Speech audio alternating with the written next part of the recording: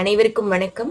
நல்ல தொடக்கம் நல்ல முடிவை தரும் அப்படின்னு சொல்லுவாங்க. அந்த வகையில இந்த வரப்போகக்கூடிய இந்த வருடத்துக்கு ஒரு அருமையான ஒரு தலைப்ப தேர்வு பண்ணி, வழக்கம் போல பட்டிமன்றம் மாதிரி இல்லாம ஒரு பேச்சரங்கம் மாதிரியான ஒரு நிகழ்ச்சிய வந்து நம்ம ஏற்பாடு பண்ணியிருக்கோம். இத வந்து இன்னைக்கு சிறப்பா கொண்டு போறதுக்கும், இந்த மாதிரி ஒரு நிகழ்ச்சிய ஏற்பாடு பண்றதுக்கும் கண்டிப்பாக நம்ம வந்து நடுவர் அண்ணனுக்கு நன்றிய சொல்லியே ஆகணும். ஏன்னா, அவங்க குடுத்த ஐடியா தான் இது. அந்த வகையில இன்னைக்கு வந்து சிறப்பா வந்து தொடங்கியாச்சு நிகழ்ச்சிய. கண்டிப்பா இன்னைக்கு வந்து சிறப்பா அமையப்போகுது அப்படின்றதுல எந்தவித மாற்று கருத்தும் கிடையாது. முதலாவதாக நம்மளுடைய களஞ்சியம் சமூக வானொலி நேயர்கள் அத்துணை பேருக்கும் இனிய புத்தாண்டு நல்வாழ்த்துக்கள். சரி, ஒவ்வொரு பேச்சாளர்கள பத்தியும் பாத்துடலாம். அவங்க வந்து ஒவ்வொருத்தவங்களுமே வந்து புதுமையான தலைப்புகள வந்து தேர்வு பண்ணியிருக்காங்க. இந்த வரப்போகக்கூடிய இந்த வருடத்துல என்ன மாதிரி எல்லாம் மாற்றம் கொண்டு வரலாம்? அது வந்து அவங்களுக்குள்ள மட்டும் இல்லாம, நம்ம சமூகத்துக்கும் நெறைய செய்திகள வந்து சொல்லப் போறாங்க. அது என்ன அப்படின்றத தெரிஞ்சுக்கலாம். முதலாவதா பார்த்தோம் அப்படின்னா, யார் அப்படின்னா, ரவிக்குமார் அண்ணன். இவங்க வந்து தேர்ந்தெடுத்திருக்கக்கூடிய தலைப்பு என்ன அப்படின்னு பார்த்தோம்னா, ஆரோக்கியம் அப்படின்ற தலைப்பு வந்து தேர்வு செஞ்சிருக்காங்க. அடுத்தபடியாக சுசீலா அம்மா. இவங்க வந்து தன்னம்பிக்கை அப்படின்ற தலைப்ப வந்து தேர்வு பண்ணியிருக்காங்க. அடுத்து புனிதா அவங்க பார்த்தோம் அப்படின்னா, சேமிப்பு மற்றும் முதலீடு இந்த தலைப்ப வந்து தேர்வு பண்ணியிருக்காங்க. பவதாரணி அவங்க வந்து இயற்கை வளங்களை பாதுகாப்பது எப்படி அப்படின்ற தலைப்ப வந்து தேர்வு பண்ணியிருக்காங்க. நர்மதா அவங்க வந்து புத்தக வாசிப்பான தலைப்ப வந்து தேர்வு செஞ்சிருக்காங்க. அடுத்தபடியாக ரம்யா மேம் அவங்க வந்து வெற்றி ஆண்டாக வந்து எப்படி அமைய போகுது அப்படின்ற மாதிரி ஒரு தலைப்பை வந்து தேர்வு பண்ணியிருக்காங்க. அதே மாதிரி லோகநாயகி அவங்க பார்த்தோம் அப்படின்னா விவசாயம் அப்படின்ற தலைப்பை வந்து தேர்வு பண்ணியிருக்காங்க. இப்படி 7 நபர்களை கொண்டு இன்றைய பேச்சரங்கமானது வந்து அமைய போகுது.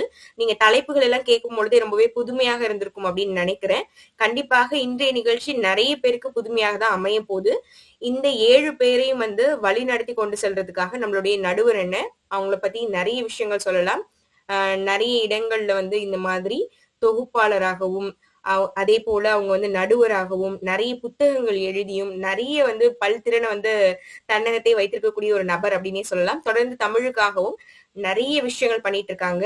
கிட்டத்தட்ட 2 வருடங்கள் இருக்கும் அப்படின்னு நெனைக்கிறேன். நம்மளுடைய களஞ்சியம் சமூக வானொலி மூலியமாக இணைந்து, தொடர்ந்து நெறைய இந்த மாதிரி நிகழ்ச்சிகள வந்து நேயர்களுக்கு கொண்டு போயிட்டு இருக்காங்க.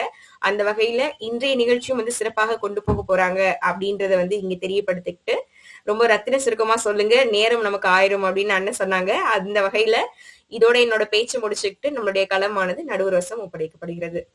தேடி சோறு நிதந்தின்று பல சின்னஞ்சிறு கதைகள் பேசி மனம் வாடி துன்பமிக உடன்று பிறர் வாட பல செயல்கள் செய்து நரைகூடி கிள பருவம் எய்தி கொடுங்கூற்று கிரைனப்பின் மாயும் பல வேடிக்கை மனிதரைப் போல நானும் வீழ்வேன் என்று நினைத்தாயோ என்னும் பாரதியின் வரிகளை இங்கு நினைவு கூர்ந்து இங்கு கூடியுள்ள அனைத்து பேச்சாளர்களுக்கும் பார்வையாளர்களுக்கும் எனது வணக்கத்தை தெரிவித்துக் கொள்கிறேன். நம்ம எப்பவுமே பாத்தீங்க அப்படின்னா ஒரு பட்டிமன்றங்கள் மாதிரி மாதம் மாதம் நம்ம நடத்தி கொண்டு வந்துட்டு இருந்தோம். இந்த மாதம் பாத்தீங்க அப்படின்னா ஒரு கொஞ்சம் வித்தியாசமா நடத்தலாம் அப்படின்னு வந்து ஒரு பேச்சகம் நடத்தலாம் அப்படின்னு ஒரு முடிவு பண்ணோம். ஏன்னா உண்மையை சொல்லணும் அப்படின்னா பட்டிமன்றத்துக்கு யாருமே தலைப்பே கூட கொடுக்கறதுக்கு முன் வரவில்லை. அதனால சரி புதுமையா இருக்கட்டும் அப்படின்னு ஒரு பேச்சரங்கம் நடத்தலாம் அப்படின்னு நம்ம முடிவு பண்ணோம். அப்படி இருக்கும்போது இந்த புத்தாண்டை பத்தி இப்ப சொல்லணும் அப்படின்னா புத்தாண்டப்போ வந்து எல்லாரும் கேக் வெட்டுறது, செலிப்ரேட் பண்றது எல்லாம் பிரைமரி. செகண்டரியா ஒண்ணு வந்து இந்த ரெசல்யூஷன் சொல்லிட்டு ஒண்ணு எடுப்போம். அதை ஃபாலோ பண்றோமோ ஃபாலோ பண்ண மாட்டோமோ தெரியாது. ஆனா அந்த ரெசல்யூஷனுங்கிறது வருஷம் வருஷம் எடுக்கப்பட்டுட்டே தான் இருக்குது. அப்படி எடுக்கிற ரெசல்யூஷன் வந்து எதை சார்ந்து எடுக்கலாம் அந்த மாதிரி ஒரு முக்கியமா பாத்தீங்கன்னா ஆரோக்கியம் சார்ந்து எடுப்போம். அதே மாதிரி சேமிப்பு சார்ந்து எடுப்போம். பணத்தை வந்து இந்த மாசம் மாதம் நான் சேமிக்கணும், முதலீடு பண்ணணும் அப்படிங்கிற ஒரு மைண்ட் செட் கொண்டு வருவோம். இல்ல உடல் நலத்துக்காக வந்து நான் எக்ஸசைஸ் பண்றேன், ஜிம்முக்கு போறது ரொம்ப முக்கியமா வந்து பாத்தீங்கன்னா நியூ இயர்ல வந்து ஜிம்முக்கு போறேன்னு காசு கட்டி நிறைய பேர் வந்து இது பண்ணுவாங்க. அப்ப நியூ இயர் பாத்தீங்கன்னா ஆஃபர்லாம் இருக்கும். ஒரு 1 மந்த் ஃபீஸுக்கு பதிலா அவங்க 3 மந்த்ஸ் 6 மந்த்ஸ் 1 இயர் ஃபுல்லா கட்டிட்டா நல்லாவே வந்து ஒரு 50% சலுகை கொடுக்குற அளவுக்கு ஜிம்மும் வந்து இது பண்ணிடுவாங்க. ஏன்னா அவங்க பணம் கட்டிடுவாங்க தெரியும், ஒரு வருஷம் வருவாங்க அப்படின்னா அது மிகப்பெரிய கேள்விக்குறியா தான் இருக்கும். 90% வரமாட்டாங்க. அந்த மாதிரி நிறைய ஆஃபர் கொடுப்பாங்க. இந்த மாதிரி ரெசல்யூஷன் எடுக்கிறதுல என்னென்ன வகைகள் இருக்கு, புது வருஷத்துல ஒரு மாற்றம் கொண்டு வர்றது அப்படின்னா என்னென்ன மாற்றம் கொண்டு வரலாம், அந்த பழக்க வழக்கங்கள் மூலமா அந்த ஒவ்வொருத்தருக்கும் என்னென்ன பலன்கள் கிடைக்கும் அப்படிங்கறத வந்து ஒரு 7 வகையா பிரிச்சு ஒவ்வொரு பேச்சாளரும் ஒவ்வொரு தலைப்புல பேச போறாங்க. அதுதான் வந்து இந்த பேச்சரங்கத்தோட சிறப்பம்சமா இருக்க போகிறது. இது வந்து புத்தாண்டு அன்னைக்கு இந்த வானொலி மூலமா வந்து இந்த இந்த பேச்சரங்கத்தை கேட்கிற எல்லாத்துக்குமே வந்து ஒரு எந்த விஷயத்துல அவங்க ரெசல்யூஷன் எடுக்கணும்னு நினைக்கிறாங்களோ அந்த விஷயத்த பத்தி ஒண்டி இருக்கும் அப்படின்னு நாங்க நினைக்கிறோம். அதே மாதிரி அவங்களுக்கு கண்டிப்பா உதவியா இருக்கும் அப்படிங்கிறது எங்களுக்கு இவங்க பேச்சாளர்கள் மூலமா வந்து எப்படி எந்த அளவுக்கு உபயோகமா இருக்கும் அப்படிங்கிறதையும் தெரியப்படுத்திக்கலாம். அதே மாதிரி நம்ம களஞ்சியம் சமூக வாழ்க்கை பார்த்தோம் அப்படின்னா கிட்டத்தட்ட தொடர்ந்து 2 ஆண்டுகளுக்கு மேல தொடர்ந்து வந்து நம்ம பட்டிமன்றங்களும் பேச்சரங்கங்கள் கருத்தரங்கள் இந்த மாதிரி மாதம் மாதம் நிகழ்வு நடத்தி கொண்டே இருக்கிறோம். அந்த வகையில இன்னைக்கு வந்து பாத்தீங்க அப்படின்னா புது வருடத்தில் என்ன மாற்றம் கொண்டு வரலாம், மாற்றம் ஒன்றே மாறாதது அப்படிம்பாங்க. அந்த மாதிரி இந்த ஒரு புத்தாண்டுல என்ன மாற்றம் கொண்டு வரலாம் வாழ்வில, அது மூலமா அவங்களுக்கும் சமூகத்துக்கும் என்ன நலன் கிடைக்கும் அப்படிங்கிறத ஒரு 7 தலைப்புகளா இன்னைக்கு நம்ம பார்க்க போறோம். அதுல பார்த்தோம் அப்படின்னா இந்த புத்தாண்டுக்கு ஓரியன்டா வந்து இந்த ஒரு வருடம் முழுவதும் எந்த மாதிரி சின்ன சின்ன விஷயங்கள், சின்ன சின்ன மாற்றங்கள் அவங்க ஒவ்வொருத்தரும் கொண்டு வரணும். அப்பேற்பட்ட கருத்துக்களை வந்து 7 பேச்சாளர்களும் பேச இருக்கிறாங்க. அதே மாதிரி கிட்டத்தட்ட முதல்ல சொல்லும் போது பெருசா பேச்சாளர்கள் பேரே கொடுக்கல. அப்புறம் பார்த்தோம் அப்படின்னா கடைசியில டைம் பிக்ஸ் ஆகணும்னு கிட்டத்தட்ட 7 பேச்சாளர்கள் வந்துட்டாங்க. அதுவே வந்து ரொம்ப சிறப்பான விஷயம் அப்படின்னு சொல்லலாம் நம்ம களஞ்சியம் வானொலி குரூப்ல இருந்து. அப்படி இருக்கும்போது பார்த்தோம் அப்படின்னா நமக்கு டைம் வந்து ரொம்ப பற்றாக்குறையா தான் இருக்கும். ஸோ 7 பேர் பேசணும் அப்படிங்கிற போது அனைவரும் வந்து கருத்தில் கொண்டு ஒரு 5 நிமிடங்கள் மட்டுமே வந்து டைம் எடுத்துக்கொண்டு அவங்களோட தலைப்புக்கு ஒன்றிய கருத்தை மட்டும் சொல்லி ஒரு 5 நிமிஷத்துக்குள்ள முடிக்கிற மாதிரி நாங்க கேட்டுக்கொள்கிறோம். அதே மாதிரி இது வந்து நம்ம யூடியூப்ல வந்து தொடர்ந்து வந்து வெளியிட்டு இருக்கிறோம். அந்த வகையில வந்து எல்லாரும் வந்து காணொலி ஆன் பண்ணி பேசுனீங்க அப்படின்னா உங்கள் முகமும் வந்து வலையொலி மூலமா வந்து எல்லாத்துக்கும் தெரியப்படுத்த முடியும். அதே மாதிரி உங்களுக்கும் வந்து அந்த ஒரு ஃபியரோ இல்ல ஸ்டேஜ் ஃபியரோ இல்ல வந்து வீடியோ ஆன் பண்ணி பேசும்போது கேமரா முன்னாடி பேசும்போது இருக்கிற தயக்கமும் வந்து உடையற்கான வாய்ப்புகளும் அதிகமா இருக்கு. ஸோ முடிஞ்ச அளவுக்கு காணொலியை ஆன் பண்ணி எல்லாரும் பேசுறதுக்கு முயற்சி பண்ணுங்க. முதலாவதா பாத்தீங்க அப்படின்னா முதல் தலைப்பே வந்து ஒரு அற்புதமான தலைப்புன்னு சொல்லலாம், தன்னம்பிக்கை. நமக்கு வந்து எல்லாத்துக்குமே வந்து நீங்க என்னதான் மற்றது உணவு ஆகட்டும் ஆரோக்கியமாகட்டும் எதை பத்தி பேசினாலும் அந்த தன்னம்பிக்கைன்னு ஒண்ணு இருந்தது, அந்த நம்பிக்கை இருந்ததுன்னா தான் நம்ம எந்த விஷயத்தையும் ஸ்டார்ட் பண்ணவே முடியும். அது மாதிரி தன்னம்பிக்கை அப்படிங்கிற தலைப்புல வந்து நம்ம முதல்ல ஸ்டார்ட் பண்ண போறோம். அதுக்காக திருமதி சுசீலா அவர்களே அன்போடு அழைக்கிறேன். அனைவருக்கும் வணக்கம்.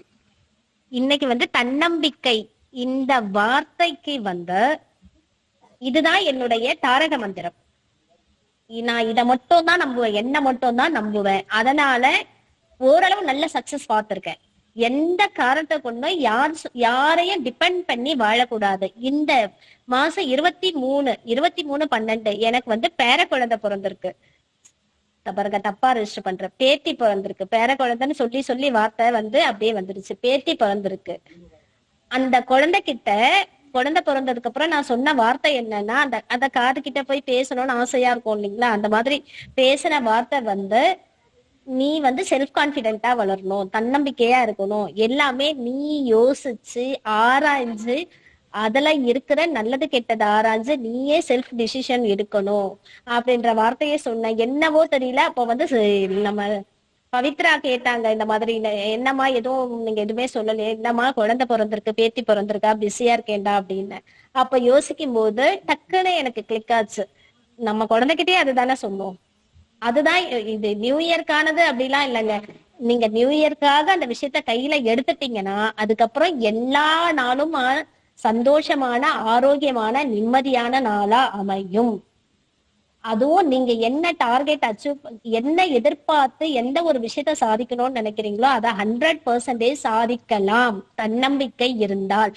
இப்ப பாத்தீங்கன்னா எனக்கு அப்புறம் நிறைய கண்டென்ட் பார்த்தேன், உடல் ஆரோக்கியம், சேமிப்பு, அதுக்கப்புறம் பார்த்தா இந்த நடுவர் சொன்னாங்க இந்த மாதிரி ஜிம்முக்கு போகணும், இதெல்லாம் தான் ஒரு டார்கெட்டா வச்சு இது பண்ணுவாங்க, அதெல்லாம் சொன்னாங்க. எல்லாத்துக்குமே அடிநாதம் என்னன்னு கேட்டீங்கன்னா தன்னம்பிக்கை. இந்த ஒரு விஷயம் இருந்தா எல்லா விஷயத்தையும் சாதிக்கலாம். நீங்க நினைச்சபடி நீங்க நினைச்ச கோலை அடையணும்னா அதுக்கு முழுக்க முழுக்க முழுக்க தன்னம்பிக்கை தான் வேண்டும்.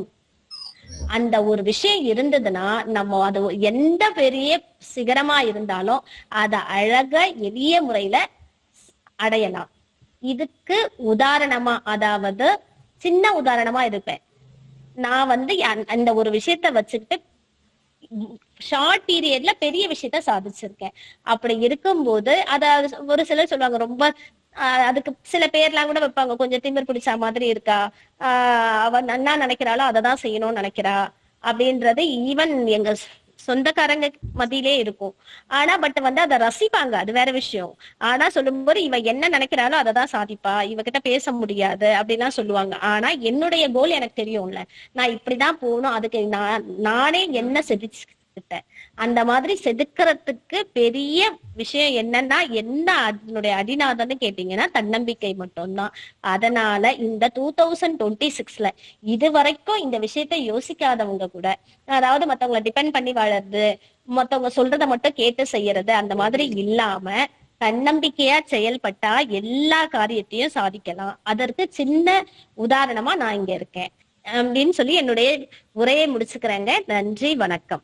ஆரம்ப ஒரு உரையே பாத்தீங்க அப்படின்னா நம்ம சொன்ன காலக்கெடுவுல கரெக்டா 5 நிமிஷத்துல திருமதி சுசீலாமா வந்து நமக்காக வந்து தன்னம்பிக்கையை பத்தி ரத்ன சுருக்கமா வந்து அது வந்து எவ்வளவு முக்கியம், நம்ம இதுக்கப்புறம் பேச போற எல்லா கருத்துக்களுக்கும் வந்து முதன்மையா வந்து தன்னம்பிக்கை அப்படிங்கிறது இருக்கும். அது வந்து ஒரு பொது இதா வந்து அது இருந்தாலே மத்ததும் வரக்கான வாய்ப்புகள் அதிகமா இருக்கு அப்படிங்கிற கருத்தை சொல்லியிருக்காங்க. இப்ப தன்னம்பிக்கையை பத்தி பார்த்தோம் அப்படின்னா சுசீலாமா வந்து அழகா சொல்லிட்டு போயிட்டாங்க. இதுக்கப்புறம் வரப்போற கருத்துக்களுக்கு வந்து முதன்மையா வந்து தன்னம்பிக்கை இருக்க போகுது அப்படிங்கறத சொல்லிட்டாங்க. ஏன்னா தன்னம்பிக்கை இருந்தது அப்படின்னாலே உடல் ஆரோக்கியம், சேமிப்பு, முதலீடு அந்த மாதிரியான எல்லா விஷயங்களுக்கும் வந்து நம்ம வந்து ஒரு கான்பிடண்டா வந்து இறங்க முடியும். தன்னம்பிக்கை உங்க மேல வந்து முதல்ல நம்பிக்கை இருந்தது அப்படின்னா தான் மத்தவங்களுக்கும் வந்து உங்க மேல இருக்கிற நம்பிக்கை வந்து அதிகரிச்சு கொண்டே இருக்கும். உங்களுக்கே உங்க மேல நம்பிக்கை இல்லை அப்படின்னா மத்தவங்க வந்து உங்க மேல எவ்வளவு நம்பிக்கை வைப்பாங்க அப்படிங்கறது வந்து நீங்க எதிர்பார்க்கவே முடியாத காரியமா போயிடும். அதே மாதிரி எல்லாரும் சொல்லுவாங்க, யானைக்கு தேவை தும்பிக்கை, மனிதருக்கு தேவை நம்பிக்கை அப்படின்னு. அந்த மாதிரி எந்த அளவுக்கு உங்களோட நம்பிக்கையும் தன்னம்பிக்கையும் வளர்த்துக் கொள்றீங்களோ அது வந்து ரொம்ப முக்கியமானது உங்க வாழ்க்கையில. அப்புறம் பார்த்தோம் அப்படின்னா 2 வித்தியாசம் இருக்கு. ஒண்ணு வந்து தன்னம்பிக்கை ஒண்ணு, தலக்கணம் ஒண்ணு. ரெண்டுக்குமே ஒரு சின்ன வித்தியாசம் தான் அப்படின்னு நம்ம எடுத்துக்கலாம். ஒண்ணு வந்து என்னால செய்ய முடியும் அப்படிங்கிறது தன்னம்பிக்கை, என்னால மட்டும்தான் செய்ய முடியும் அப்படிங்கிறது தலக்கணம். சோ எப்பவுமே வந்து ஒரு தன்னம்பிக்கையோட இருங்க, தலக்கணத்தோட இருக்க வேண்டாம். அந்த தன்னம்பிக்கை வந்து உங்களுக்கு ஒரு மிகப்பெரிய ஒரு மோட்டிவேஷனை கொடுக்கும் அப்படின்னு நம்ம நம்பலாம். இந்த புத்தாண்டில இருந்து எந்த அளவுக்கு உங்களோட தன்னம்பிக்கையை வளர்த்து கொள்ள முடியுமோ அதுக்கான பயிற்சிகள் செஞ்சு எப்படி வந்து கான்பிடண்டா இருக்கலாம், கான்பிடண்டா பேசுறது, ஸ்டேஜ்ல ஏறி பேசுறதாகட்டும், இல்ல வேற வாய்ப்புகளை வந்து பயன்படுத்திக் கொள்வதாகட்டும், அது தயக்கமோ இல்லாம உங்க மேல உங்க திறமை மேல நம்பிக்கை வைத்து தன்னம்பிக்கையை வெளிப்படுத்தி வெற்றிக்கான எங்கள் களஞ்சியம் மாணவர்களி சார்பாக நன்றிகளை தெரிவித்துக் கொள்கிறோம்.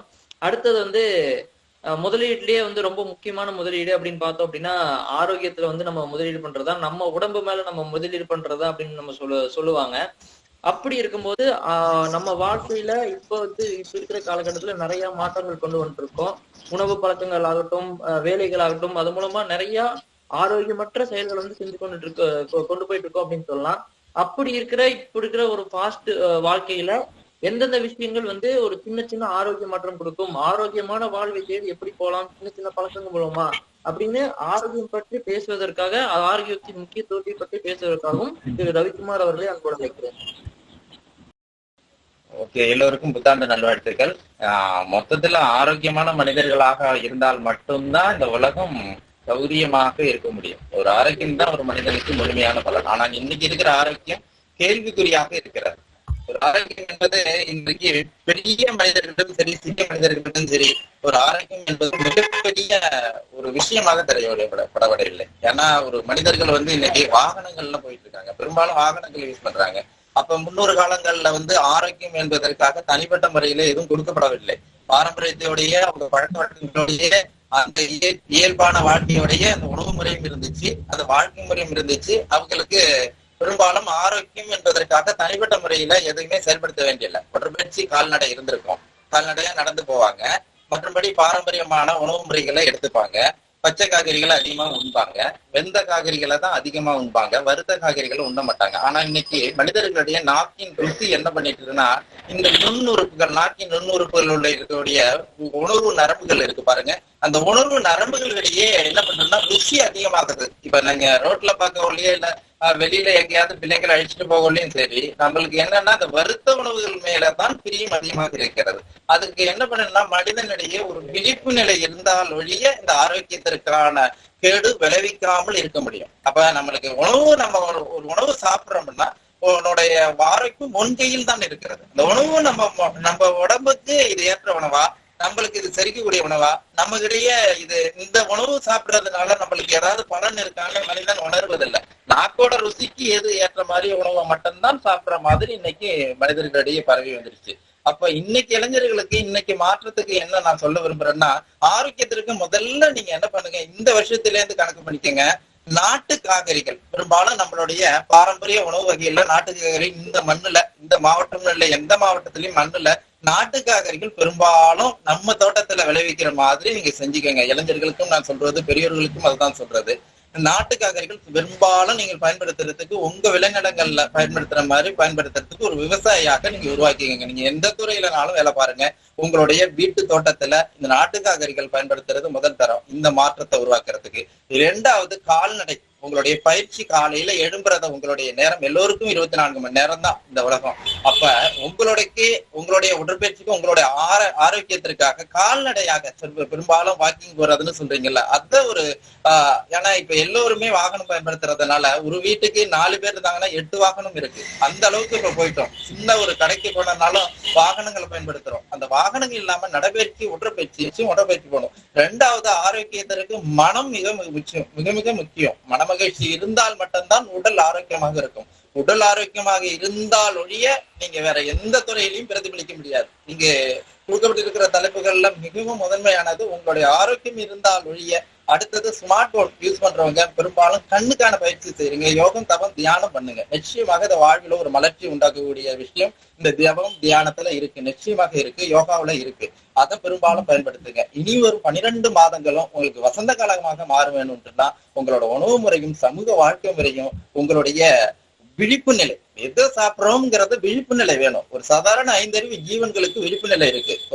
ஒரு நாய் சாப்பிடுதுன்னா அது மோப்பம் பிடிச்சி இந்த உணவு நம்மளுக்கு ஆகும் இந்த ஆகாதுன்னு அது தெரிஞ்சுக்கும். ஒரு மாடு புல் மொய்துன்னா இந்த புல் மேயலாம், இந்த புல்ல மேயக்கூடாதுன்னு தெரியுது. ஆனா மனிதனுக்கு மட்டும்தான் தெரியவில்லை. அப்ப ஆரோக்கியம் எதை சார்ந்தது இருக்கு? உங்களுடைய விழிப்பு நிலை சார்ந்ததாக இருக்கு. அப்ப மனிதனிடையே ஒரு விழிப்பு நிலை வேணும். ரெண்டாவது, தாய்மார்களுக்கு சொல்லக்கூடிய ஒரு விஷயம் என்னன்னா, உங்களுடைய உணவு முறைகள்ல நீங்க என்ன உணவு சாப்பிடுறீங்களோ அதுதான் உங்களுடைய குழந்தை இந்த உலகத்தை புதுப்பிக்கும் போது, இந்த உலகத்தை பிறக்கும் போது, இந்த பிரவேசம் ஆகும் போது, அது உங்களை அறியாமலே உங்களுடைய அந்த உணவு சாப்பிடுறதும் நீங்க என்ன உணவுப் பொருட்களை சாப்பிட்டு அந்த உணவுப் பொருள் அதுக்கு தெரியாமலே கொடுக்கிறீர்கள். அப்பன்னா நீங்க விழிப்பு நிலையில இருந்து எந்த உணவு சாப்பிடணும், நம்ம பிள்ளைக்கு என்ன மாதிரி உணவுகளை கொடுத்தா இந்த பிள்ளை ஆரோக்கியமா இருக்குங்கிறத தாய்மார்களும் உணரணும். ஏன்னா இப்ப பெரும்பாலும் கெமிக்கல் உள்ள உலகமாக மாறி இருக்கிறது. இது எல்லாமே நம்மளுடைய தனிப்பட்ட நம்மளுடைய வாழ்க்கை, நம்மளுடைய ஆரோக்கியம் நம்ம கையில் தான் இருக்கிறது என்ற விழிப்பு நிலை என்று ஒன்றை மட்டும் இதிலே பதிவிடுகிறேன்.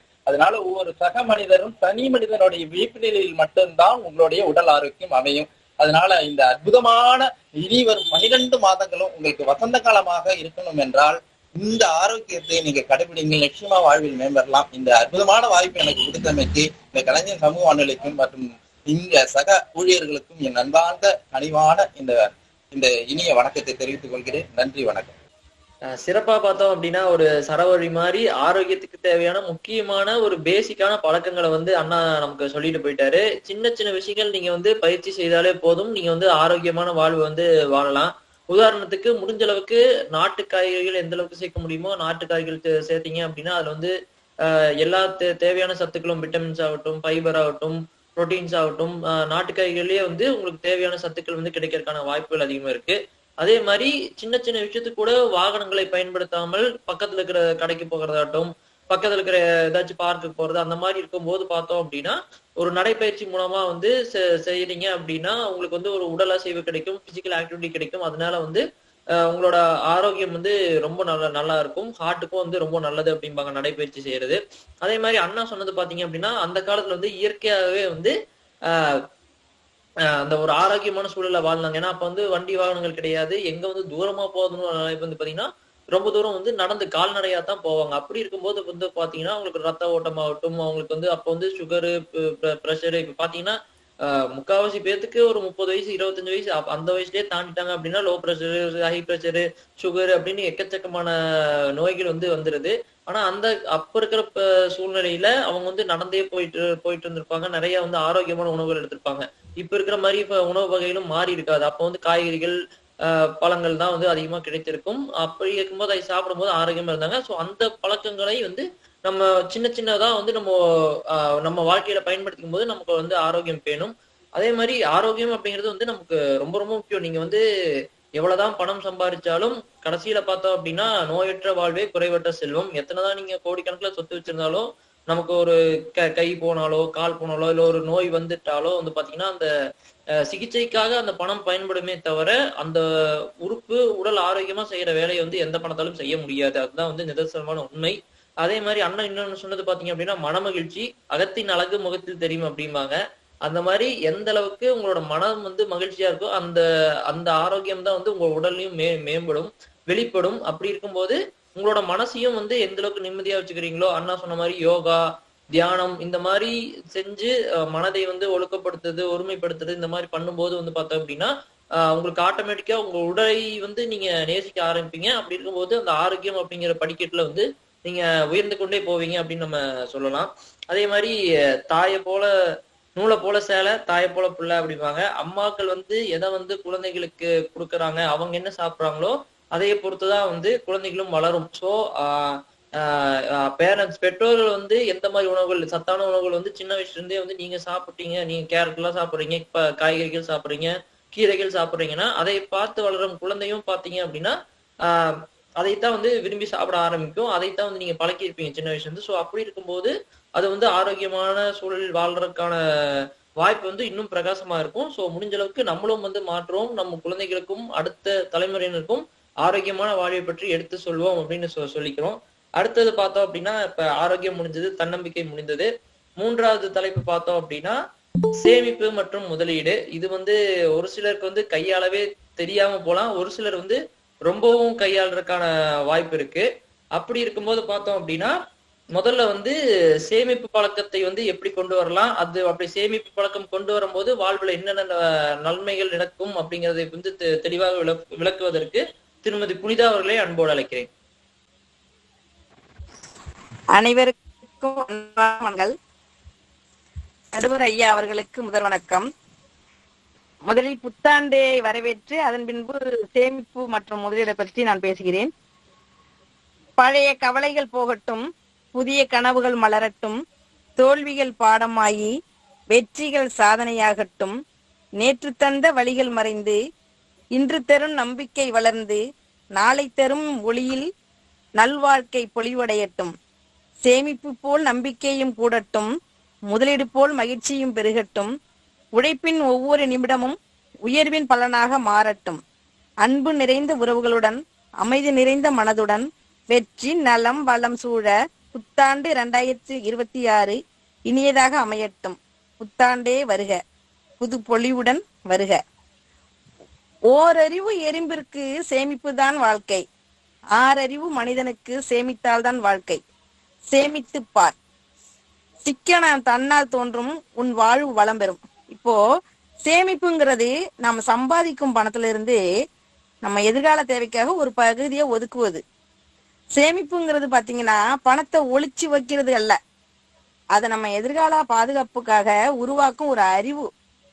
வருமானம் வந்து பாத்தீங்கன்னா எவ்வளவு பெருசா இருந்தாலும் சரி, சேமிப்பு இல்லைன்னா ஒரு சிறிய பிரச்சனை கூட நமக்கு என்ன பெரிய சுமையா மாறிடும்.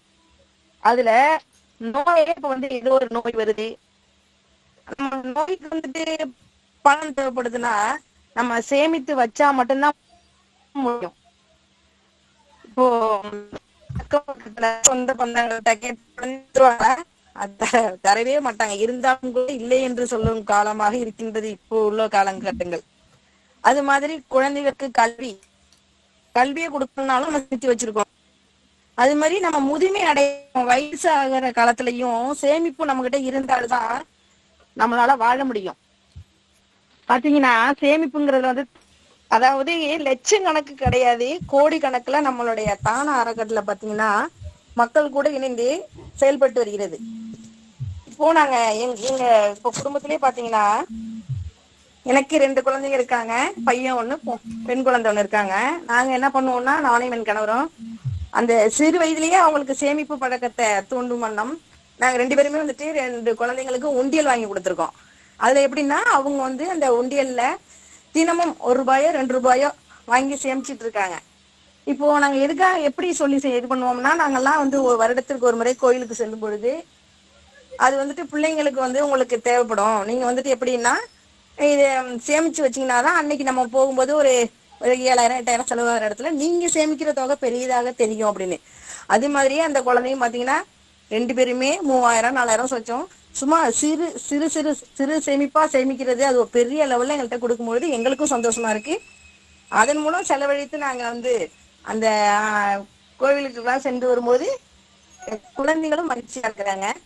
அதனால குழந்தைகளுக்கு நாங்க என்ன பண்ணிட்டு இருக்கோம், சேமிப்பு பழக்கத்தை சொல்லி கொடுத்துட்டு இருக்கோம். இளைஞர்கள் ஒரு சிலர் பேர் ஆடம்பர வாழ்க்கையை தேர்வு செய்கிறார்கள்.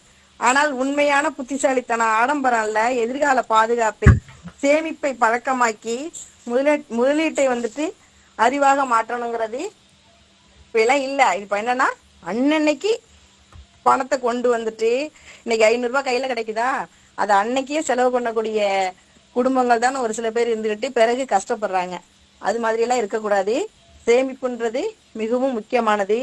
சேமிப்பு பாத்தீங்கன்னா நம்ம எப்படி எந்த வகையில சேமிக்கலாம்னு பாத்தீங்கன்னா, ஒண்ணு நிலம் வாங்கலாம், பங்குச்சந்தையில நம்ம சேமிப்பை போடலாம், தங்கம் வாங்கலாம், காப்பீடு செய்யலாம்.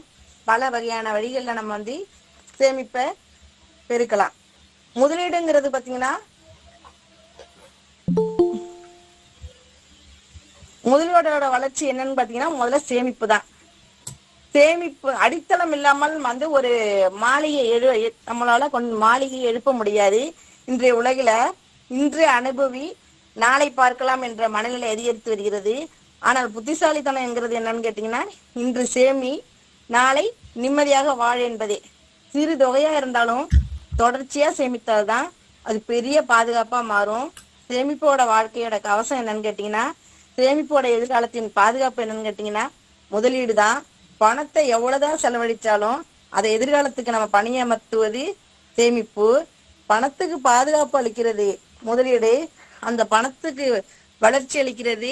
வளர்ச்சி இல்லைன்னா பணம் நிலையா நின்றுடும். காலப்போக்கில் பணத்தின் மதிப்பு குறையும். அந்த இழப்பை ஈடு செய்ய என்ன பண்ணணும், முதலீடு செய்யணும். அதனாலதான் இன்றைய பொருளாதாரத்துல உலகில் முதலீடுங்கிறது ஒரு தேர்வல்ல, அது ஒரு தேவையா இருக்குது. சேமிப்பு பாதுகாப்பின் அடித்தளம், முதலீடு வளர்ச்சியின் உயரம். இரண்டும் இணைந்தால் வாழ்க்கை நிச்சயமாக வளமாகும். சேமிப்பு இல்லாம பாதுகாப்பு இல்ல, முதலீடும் இல்லாமல் வளர்ச்சி இல்லை. இன்று சேமிக்காதவன் நாளை சூழ்நிலைக்கு சேமிக்கப்படுவான். பணம் நம்மிடம் தூங்கினால் சேமிப்பு, பணம் நம்மிடம் வேலை செய்தால் முதலீடு. சேமிப்போம், பாதுகாப்பாக வாழ்வோம், முதலீடு செய்வோம், தலைமுறைகள் உயரட்டும். அனைவருக்கும் இனிய புத்தாண்டு நல்வாழ்த்துக்கள். நன்றி, வணக்கம். சிறப்பு புனிதாமா. சேமிப்பு மற்றும் முதலீடோட முக்கியத்துவத்தை உங்களோட சிறிய உரையில சிறப்பா சொல்லியிருக்கீங்க. முதல்ல புத்தாண்டுல இருந்து எந்த அளவுக்கு சேமிக்க முடியுமோ அந்த அளவுக்கு சேமிப்பு பழக்கத்தை கொண்டு வந்துக்குங்க அப்படின்னு நாங்க கேட்டுக்கொள்கிறோம். இந்த குழந்தைகளுக்கு உண்டியல் கொடுக்கறது பார்த்தோம் அப்படின்னா ஒரு மிக முக்கியமான காரியமா நம்ம கருதலாம். அது சேமிப்பின் முன்னோடி அப்படின்னு நம்ம சொல்லலாம். குழந்தைகளுக்கு அந்த சேமிப்பு பழக்கத்தை கொண்டு வரணும் அப்படின்னா அந்த உண்டியல் வாங்கி கொடுத்தீங்க அப்படின்னா அது சிறுக சிறுக சேமித்து அதோட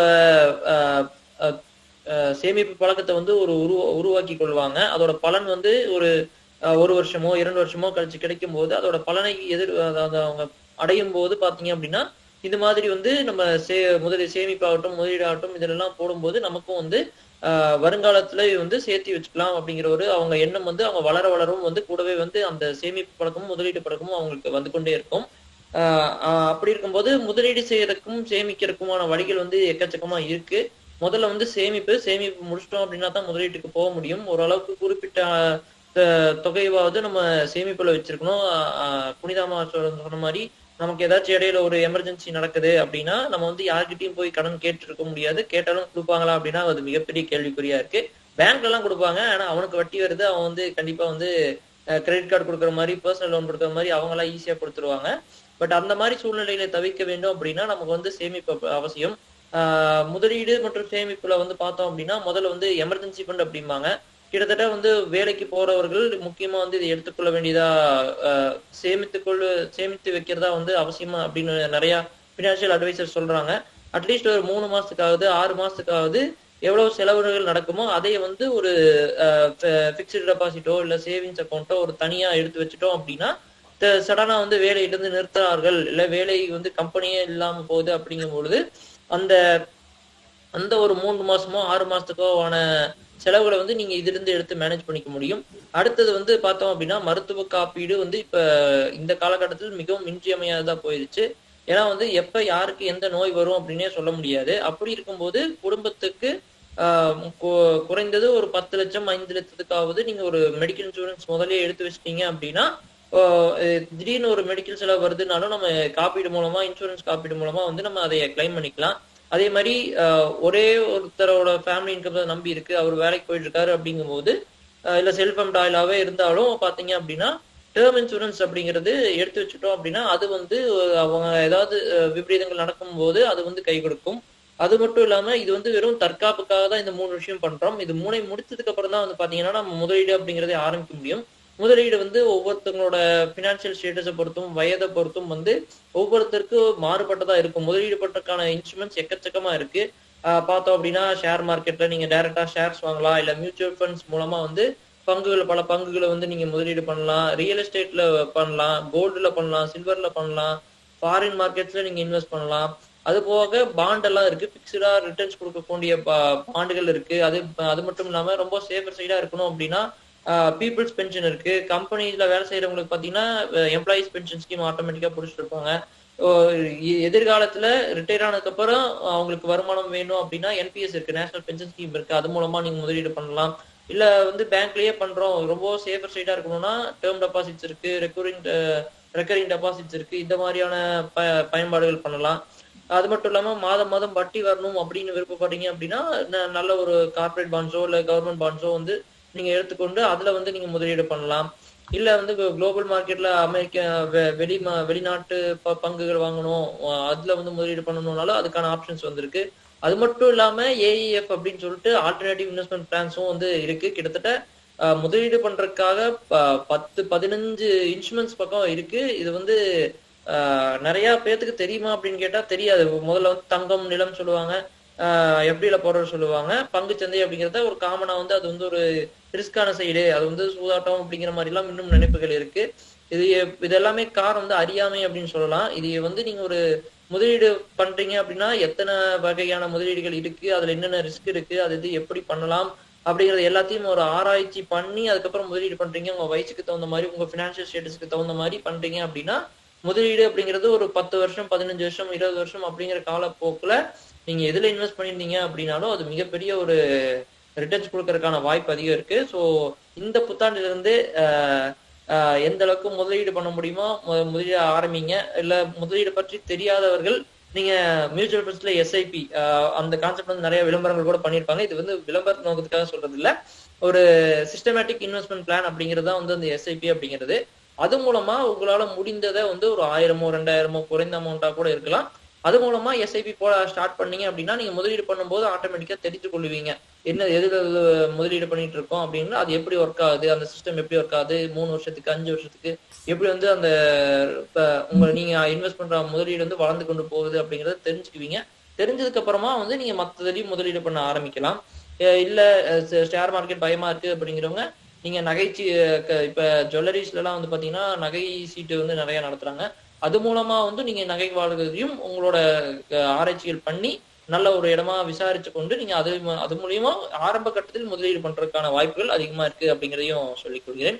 இப்ப பாத்துட்டோம், முதலீடு எல்லாம் பார்த்துட்டோம், ஆரோக்கியம் பார்த்துட்டோம், முதலீடு பார்த்துட்டோம், தன்னம்பிக்கையா இருக்கிறது பார்த்துட்டோம், நம்மளை பத்தியே பேசிட்டு இருக்கோமே, கொஞ்சம் சமூகத்தை பத்தி பேசுவோம். இந்த புத்தாண்டுலயாச்சு நம்ம வந்து இயற்கை வளங்களை பாதுகாப்பது எப்படி அப்படின்னு கொஞ்சம் தெரிஞ்சுக்கிட்டு அதுக்கான படிகள் எடுத்து ஒரு வாரத்திலேயோ இல்ல மாதத்திலேயோ மாதம் ஒரு நாளோ வாரம் ஒரு நாளோ உங்களுக்கான டைமை வந்து ஒரு 4 மணி நேரம்னா 4 மணி நேரம் டைம் ஸ்பெண்ட் பண்ணி இயற்கையை பாதுகாப்பது எப்படி, இயற்கை வளங்களுக்கான முக்கியத்துவத்தை சொல்றதுக்காகவும் அந்த வளங்களை எப்படி பாதுகாக்கணும் அப்படின்னு சொல்றதுக்காகவும் செல்வி பவதாரணி அவர்களை அன்போடு அழைக்கிறேன்.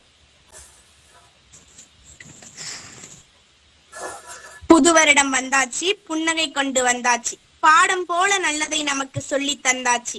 அம்மா அப்பா சொன்னதை அன்போடு கேட்போம் நாம், ஆசிரியர் காட்டும் வழியில் அறிவோடு நடப்போம் நாம்.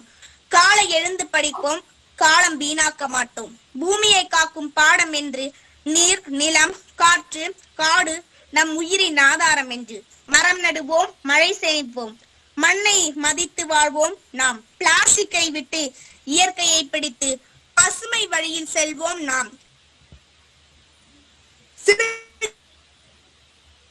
மீண்டும் சிரிக்கும் இயற்கை நேசிக்கும் புத்தாண்டு இனிதாக மலரும். அனைவருக்கும் இனிய புத்தாண்டு நல்வாழ்த்துக்கள். எனது பெயர் கா பவதாரணி. நான் 8ஆம் வகுப்பு பயின்று வருகிறேன். நான் இயற்கையை பாதுகாப்பது எப்படி அப்படிங்கிற தலைப்புல பேச போகிறேன். இயற்கை நமக்கு நிறைய தருகின்றன. அந்த காலத்தில் நம் தாத்தா பாட்டிகள் எல்லாம் மண்பானையில் உணவு உண்டார்கள். அவர்கள் நீண்ட காலம் உயிர் வாழ்ந்தார்கள். அவர்கள் இயற்கையை பாதுகாத்தார்கள். குளத்து நீர் மாசுபடுத்தாமல் குடிநீராக பயன்படுத்தினார்கள். காற்றை மாசுபடுத்தாமல் இருந்தார்கள். தொழிற்சாலைகளை பயன்படுத்தவில்லை. புகட்டும் வாகனங்களை அதிகமாக பயன்படுத்தவில்லை. மிதிவண்டியைத்தான் பயன்படுத்தினர். உடற்பயிற்சி தேவையில்லை. அக்காலத்தில் வாழ்ந்த மனிதர்களுக்கு காலையில் எழுந்து பல் துலக்குவது முதல் இரவு படுக்கும் வரை இயற்கை முறையை மட்டுமே கடைபிடித்தார்கள். எடுத்துக்காட்டாக, ஆலங்குச்சியில் பல் துலக்கும் பொழுது களி சாப்பிடுவது, கூழ் சாப்பிடுவது, பழைய சாதம் சாப்பிடுவது, அம்மிக்கல்லில் அரைத்த சத்தான துவையல், மசாலா அரைத்து குழம்பு வைப்பது, ஆட்டுக்கல்லில் மாவு அரைப்பது, இயற்கையான முறையில் விளைவித்த காய்கறிகளை அதில் சமைத்து சாப்பிடுவது என பல வகையில் இயற்கையை சார்ந்து வாழ்ந்தார்கள். இன்று அதிவேகமாக மாறிய செயற்கை முறையால் இயற்கை வளங்கள் அழிந்து கொண்டே வருகின்றன. எனது தாத்தாவிடம் பேசும் பொழுது எனது தாத்தா சொல்லுவாங்க, அந்த காலத்தில் தண்ணீரை தேத்தாங்கொட்டையை போட்டு தேய்ச்சி குடித்த தண்ணீர் ருசியே தனி என்று எங்க தாத்தா சொல்லுவாங்க. இன்று வயல்வெளிகள் எல்லாம் கட்டிடமாக மாறிக்கொண்டே இருக்கின்றது. வருங்காலம் இயற்கை என்னவென்று தெரியாமலே போய்விடும் போல. பிளாஸ்டிக் பையை பயன்படுத்துவதாலும் தேவையில்லாத ரசாயனங்கள் குளம் குட்டைகள் ஏரிகளில் கலக்கப்படுவதால் இயற்கை மாசுபடுகிறது. இயற்கை அழிக்கப்படுவதால் பறவைகள் விலங்குகள் உயிர் வாழ சிரமப்படுகின்றன. காடுகள் அழிக்கப்படுவதால் மழை பெய்வதில்லை. நாம் ஒவ்வொருவரும் தேவையான ஒரு மரம் வெட்டும் பொழுது ஒரு மரத்தை நட்டு வைக்க வேண்டும். நான் எனது பிறந்த நாள், தம்பி பிறந்த நாள், அப்பா அம்மா பிறந்த நாள், அப்பா அம்மா திருமண நாள் அன்று மரம் நடுவோம். மரம் நட்டு இயற்கையை பாதுகாக்கிறோம். நாங்கள் மட்டுமல்ல, உலகில் உள்ள அனைவரும் இதனை கடைபிடிக்க வேண்டும். இயற்கை என்பது மனிதனின் தாய். நாம் சுவாசிக்கும் காற்று, குடிக்கும் தண்ணீர், உண்ணும் உணவு அனைத்தும் இயற்கையின் பரிசு. ஆனால் இன்று நாம் இயற்கையை பாதுகாப்பதற்கு பதிலாக அழித்து விடுகிறோம். இது மிகவும் வருத்தமாகிறது. காடு, நீர், நிலம், காற்று, மழை, கனிம வளங்கள் இவை அனைத்தும் இயற்கை வளங்களாகும். இயற்கை வளங்கள் பாதுகாப்பது நாம் முதலில் செய்ய வேண்டியது. மரங்களை பாதுகாப்போம், மரம் நடுவோம். மரங்கள் மழையை தருகின்றன, காற்றை சுத்தமாக்குகின்றன.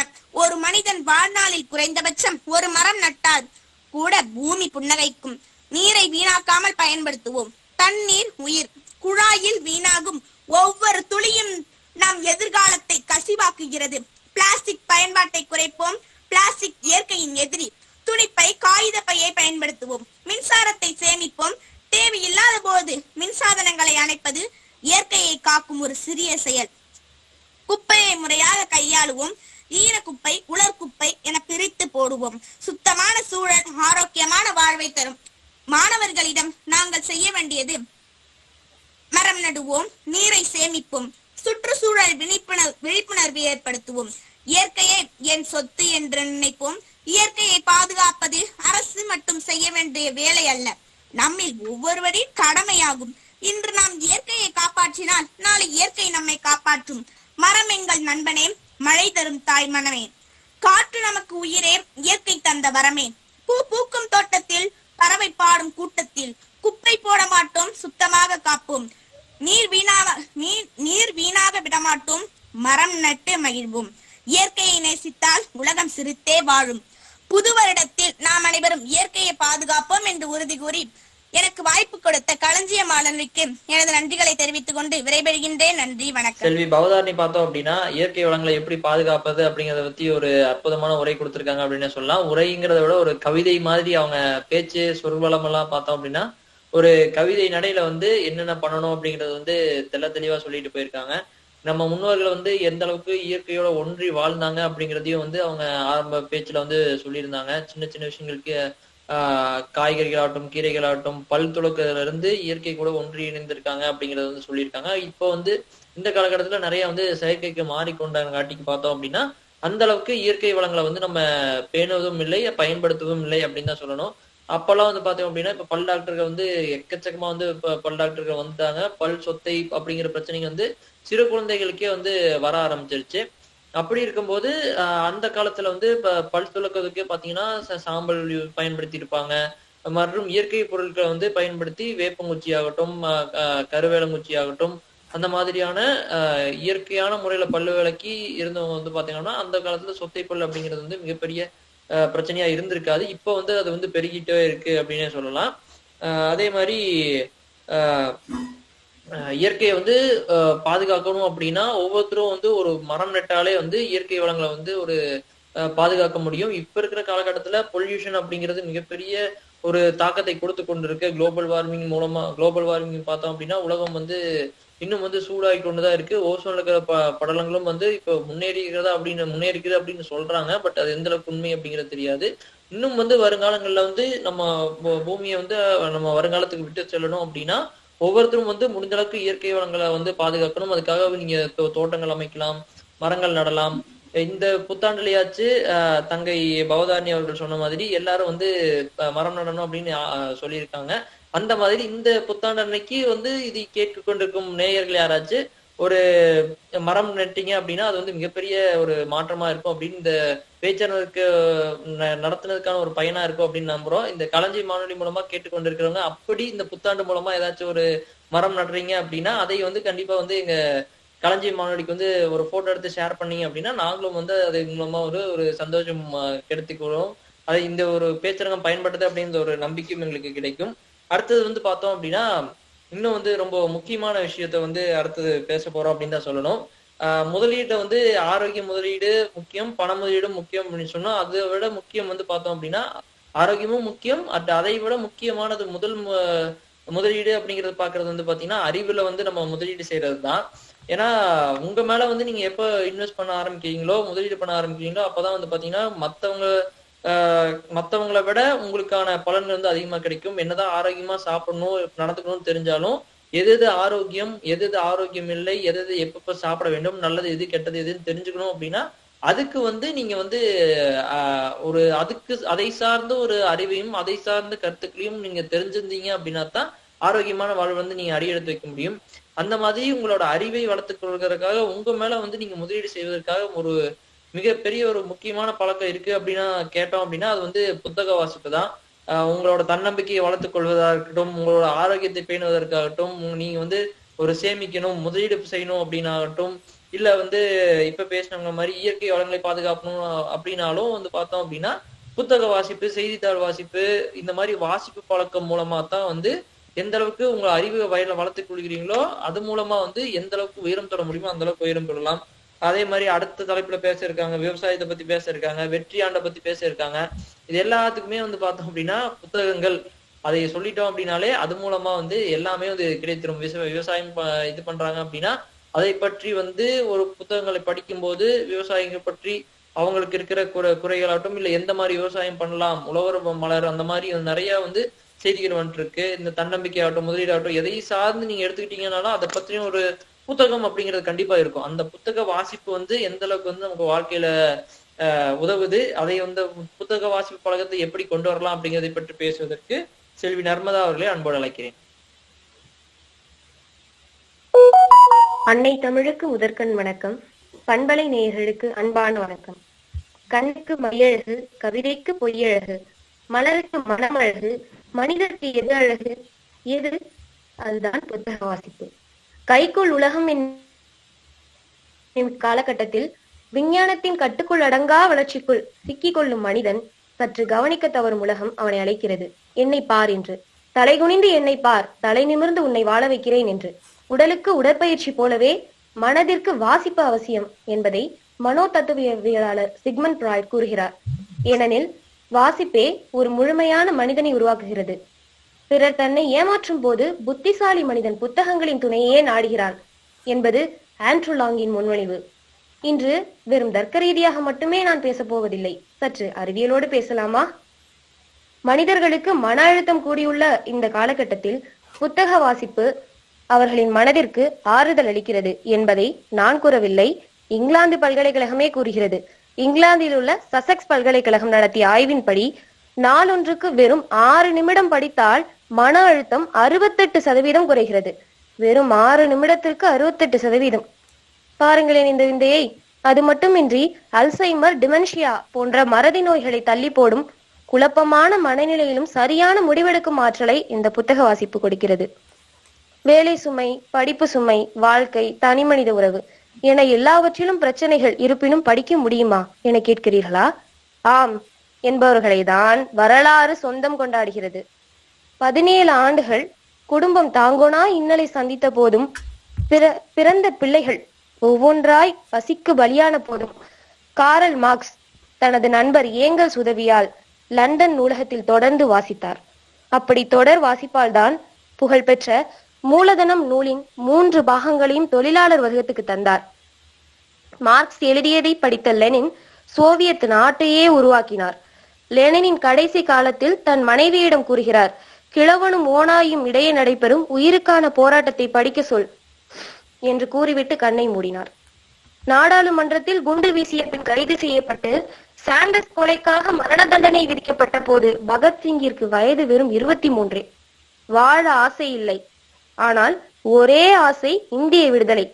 விடிந்தால் தூக்கு என்ற போதும் இறுதி மூச்சு வரை படித்தவர் பகத்சிங். காமராஜரை படிக்காத மேதை என்கிறோம். அவர் வாழ்ந்த இல்லம் சென்று பார்த்தால் தெரியும் அவர் எவ்வளவு புத்தகங்களை படித்திருக்கிறார் என்று. அம்பேத்கர் லண்டன் சென்ற போது தங்குமிடம் எங்கு வேண்டும் என கேட்டனர். அதற்கு அவர் சிறிதும் தயக்கமின்றி நூலகத்தில் தங்கிக் கொள்கிறேன் என்றார். முன்னாள் குடியரசுத் தலைவர் ராதாகிருஷ்ணன் பதவியில் இருந்த போது ஏகப்பட்ட அறைகள் ஒதுக்கப்பட்டன. எனக்கு 2 அறைகள் போதும், ஒன்று படிக்க மற்றொன்று உறங்க என்று எளிமையாக பதில் கூறினார்.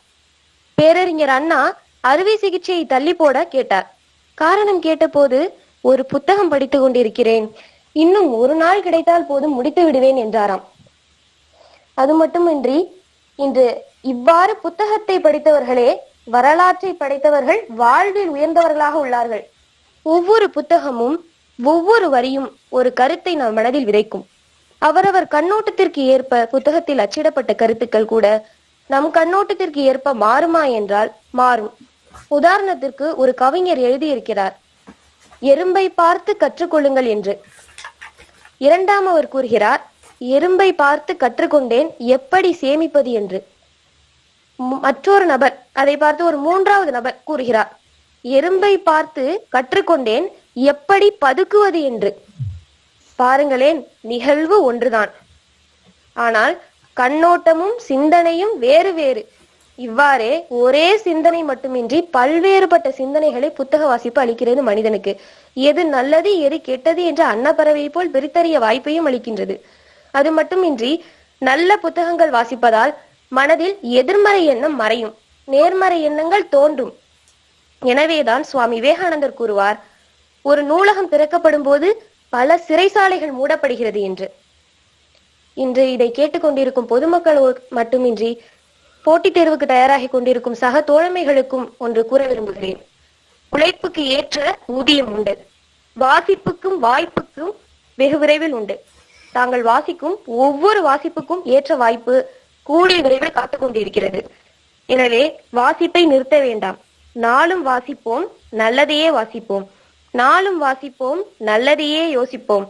நாளும் வாசிப்போம், புத்தகத்தை நேசிப்போம் என்று கூறி புத்தாண்டு வாழ்த்துக்களுடன் உங்களிடமிருந்து விடைபெறுவது நான் நர்மதா.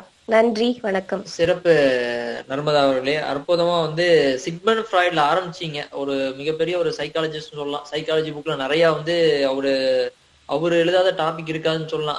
சைக்காலஜி எந்த பேப்பர் படிச்சாலும் சிக்மண்ட் ஃப்ராய்டோட ஒரு கருத்து வந்திருக்கும். அந்த சிக்மண்ட் ஃப்ராய்ட்ல ஆரம்பிச்சு விவேகானந்தர் வரைக்கும் எக்கச்சக்கமான தலைவர்கள் எப்படி இப்ப வாசிப்பு மூலமா உயர்ந்திருக்காங்க அப்படிங்கறத தெள்ள தெளிவா சொல்லியிருக்கீங்க. அதே மாதிரி மன ஆறுதலுக்கும் பார்த்தோம் அப்படின்னா எப்படி புத்தக வாசிப்பு பயன்படுது, மன ஆறுதலை கொடுக்கிறது. அதே மாதிரி ஒரு ரொம்ப ஸ்ட்ரெஸ்ல இருக்காங்க, டிப்ரெஷனா இருக்காங்க, அந்த அளவுக்கு போக விடாம ஒரு புத்தக பழக்கங்கள் மூலமா மன அமைதியை எப்படி பயன்படுத்தி கொள்ளலாம், அது எந்த அளவுக்கு பயன்படுது அப்படிங்கறத சொல்லியிருந்தீங்க. பகத்சிங்ல இருந்து, விவேகானந்தர்ல இருந்து, இங்கிலாந்து பல்கலைக்கழகம் போய், இந்தியால இருந்து இங்கிலாந்து வரைக்கும் போய் அற்புதமா நிறைய கருத்துக்கள் ஒரு வரலாறே சொல்லியிருக்கீங்க அப்படின்னு சொல்லலாம். புத்தக வாசிப்பு மூலமா ஒரு பட்டியலே இட்டுட்டீங்க, யார் யாரு எந்த அளவுக்கு உயர்ந்திருக்காங்க அப்படின்னு. இன்னொருத்தர் பார்த்தோம் அப்படின்னா, ஹிட்லர் பத்தி நிறைய பேர் பேச மாட்டாங்க. ஹிட்லர் அப்படின்னாலே ஒரு பயங்கரமான ஒரு ரொம்ப சேடிஸ்ட் அந்த மாதிரி எல்லாம் ஹிட்லரை பத்தி சொல்லியிருப்பாங்க. அவரு மிகப்பெரிய புத்தக வாசிப்பாளர். அவருடைய சிறு வயதிலையும் பாத்தீங்க அப்படின்னா மிக அதிகமா ரூம் எல்லாம் வாடகைக்கு எடுத்தும் கூட அவர் தனியா வாழ்ந்த போது அப்பவும் பாத்தீங்க அப்படின்னா எக்கச்சக்கமான புத்தகங்களை கடன் வாங்கி படிச்சிருக்காரு அப்படின்னு நானும் படிச்சிருக்கேன். அந்த மாதிரி பெரிய பெரிய தலைவர்கள் புத்தகம் படிக்கிறதையும் தாண்டி புத்தகம் எழுத்தாளர்களும் பார்த்தோம் அப்படின்னா மிகப்பெரிய சாதனைகள் செஞ்சிருக்காங்க. நம்ம பாரதி ஆகட்டும், பாரதியார் புத்தகங்கள் வாசிப்பு அப்படின்னு சொன்னாலே, விடுதலை இதை பத்தி பேசினாலே நமக்கு பாரதியாரோட பணிகளும் அவர் எழுதிய எழுத்துக்களும் அவரோட சொல்நடை இதெல்லாமே பார்த்தோம் அப்படின்னா மறக்கவே முடியாது. பாரதிதாசன் ஆகட்டும், இது மட்டும் இல்லாம எக்கச்சக்கமான எழுத்தாளர்கள் புத்தகம் படைப்பை கொடுத்திருக்காங்க. அந்த மாதிரி படைப்புகளை தான் படிச்சுட்டு நிறைய மக்கள் உயர்ந்த இடத்துக்கு போயிருக்காங்க. அந்த மாதிரி இப்போ புத்தக வாசிப்பு அப்படிங்கும் போது புத்தக எழுத்தாளர்களையும் நம்ம பெருமை சேர்க்கணும். எழுத்தாளர்களை பத்தி நிறைய பேசுறேன் அப்படின்னா, நானும் ஒரு எழுத்தாளர், ஒரு 2 புத்தகங்கள் எழுதியிருக்கேன். இந்த புத்தாண்டுல முடிஞ்சா நான் எழுதிய ஆதி ஒளி அதை பார்த்தோம் அப்படின்னா அமேசான்ல கிடைக்கும். அதே மாதிரி ஆதியும் அவளே அந்தமும் அவளே அப்படிங்கிற கவிதை நூலும் பார்த்தோம் அப்படின்னா நீங்க ஆன்லைன்ல சர்ச் பண்ணீங்கனாலே வரும். அது மூலமா வாங்கியும் படிக்கலாம். இது ப்ரொமோஷனுக்காக இல்ல, விருப்பப்பட்டீங்கன்னா வாங்கி வாசிப்பு பழக்கம் ஆரம்பிக்கிறவங்க பண்ணலாம். அதே மாதிரி வாசிப்பு பழக்கம் என்ன வாசிக்கணும், எப்படி வாசிக்கணும், எங்கிருந்து வாசிக்கணும் அப்படிங்கிறது ரொம்ப முக்கியம். நீங்க எடுத்தோடனே இப்பதான் ஆரம்பிக்கிறீங்க, புத்தகம் வாசிப்பு பழக்கம் இல்லாதவர்கள் இப்பதான் ஆரம்பிக்கிறீங்க அப்படின்னா எடுத்தோடனே ஒரு பெரிய நாவலோ இல்ல இங்கிலீஷ்ல ஒரு பெரிய ஒரு புரியாத புக்ஸோ எடுத்து படிச்சீங்க அப்படின்னா அந்த புத்தக பழக்கம் அப்படிங்கிறது கண்டிப்பா நடைமுறையில் இருக்காது. இந்த ஜிம்முக்கு போற மாதிரிதான் ஒரு 5 பக்கம் 5 நாள் படிப்பீங்க, அதுக்கப்புறம் படிக்க மாட்டீங்க. ஸோ ஆரம்ப கட்டத்தில் இருக்கிறவர்கள் உங்களுக்கு என்ன ஜோர்னல் பிடிக்கும் அப்படின்னு ஃபர்ஸ்ட் ஃபிக்ஸ் பண்ணிக்கோங்க. நிறைய தமிழ்லயே ஆகட்டும் ஆங்கிலத்திலே ஆகட்டும் எக்கச்சக்கையான வகையான புத்தகங்கள் இருக்கு. வரலாற்று புத்தகங்கள் இருக்கு, நாவல்கள் இருக்கு, குறுநாவல்கள் இருக்கு, கதைகள் இருக்கு, நெடுங்கதைகள் இருக்கு, கவிதைகள் இருக்கு, கட்டுரைகள் இருக்கு, கடிதங்கள் இருக்கு. கிட்டத்தட்ட நேரு அவர்கள் சிறையில் இருந்த போது இந்திரா காந்திக்கு எழுதின இதெல்லாம் இருக்கும். நிறைய அவங்க பொண்ணுக்கு எழுதின கடிதங்கள் எல்லாம் நூலா வெளியிட்டு இருப்பாங்க. அதே மாதிரி காந்தி எழுதிய சத்திய சோதனை அந்த மாதிரியான நூல்கள் எல்லாமே ரொம்ப பிரதி பெற்ற நூல்கள். இதே நீங்க கவிதை நடையில போறீங்க அப்படின்னா வைரமுத்து கவிதைகள் ஆகட்டும், பாரதியார் கவிதைகள், எந்த கவிதை நடை உங்களுக்கு பிடிக்குதோ வைரமுத்து இதெல்லாம் பாத்தீங்க அப்படின்னா மிகவும் எளிமையா இருக்கும். அந்த மாதிரி கவிதைகளும் நீங்க படிக்க ஆரம்பிக்கலாம். இந்த மாதிரி எக்கச்சக்கமான எழுத்தாளர்கள் எக்கச்சக்கமான புத்தகங்கள் எழுதியிருக்காங்க. நீங்க முதல்ல இப்போ படிக்க பழக்கம் கொண்டு வரணும் அப்படின்னா ஃபர்ஸ்ட் ஒரு கமிட்மெண்ட் கொண்டு வந்துருங்க. ஜேம்ஸ் கிளியர் அப்படிங்கிறது சின்னஞ்சிறு பழக்கங்கள் அட்டாமிக் ஹேபிட்ஸ் அப்படின்னு ஒரு புக் எழுதியிருப்பாரு. எப்படி உங்களோட பழக்கங்களை கட்டமைக்கணும் அப்படின்னு சொல்லியிருப்பாரு. அப்படி அதுல பார்த்தோம் அப்படின்னா நம்ம பேரிங் அப்படின்னு ஒரு கான்செப்ட், இது சைக்காலஜிலயும் இருக்கும். பேரிங் அப்படிங்கிற கான்செப்ட் ஒரு 2 விஷயத்த நீங்க பேர் பண்ணிக்கிட்டீங்க அப்படின்னா அதை உங்களுக்கு ஃபாலோ பண்றதுக்கு ஈஸியா இருக்கும்.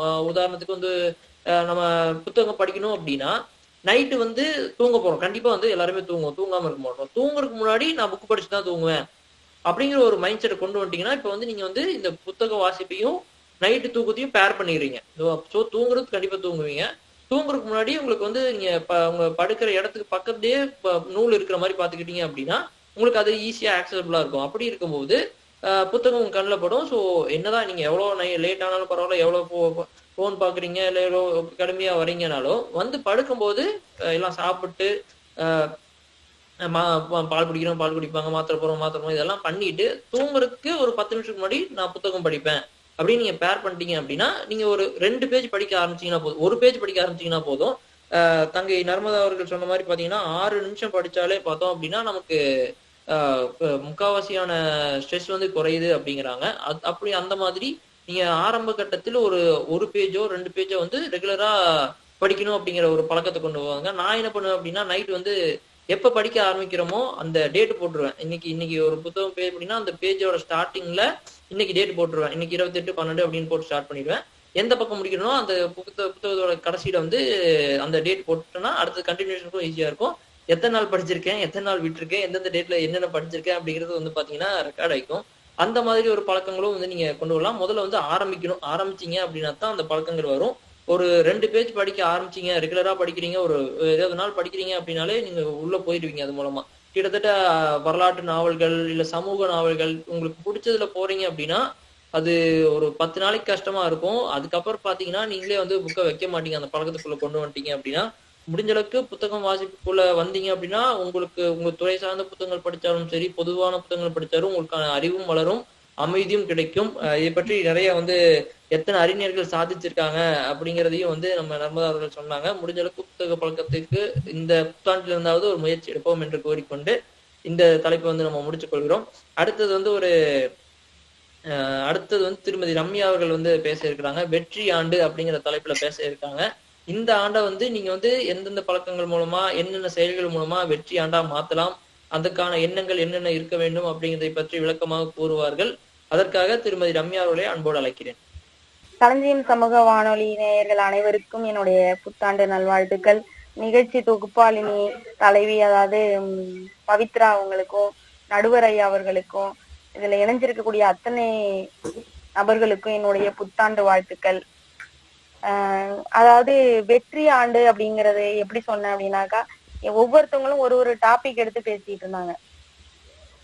அதாவது புத்தக வாசிப்பா இருக்கட்டும், சேமிப்பா இருக்கட்டும், ஆரோக்கியம், அந்த மாதிரி ஒரு ஒரு டாபிக் எடுத்து எல்லாருமே ஒரு ஒரு தலைப்புகள்ல ரொம்ப சிறப்பா பேசிட்டு இருந்தாங்க. அந்த வகையில வந்து ஒவ்வொரு தனி மனிதருக்கும் ஒரு ஒரு எண்ணங்கள் இருக்கும் இல்லையா?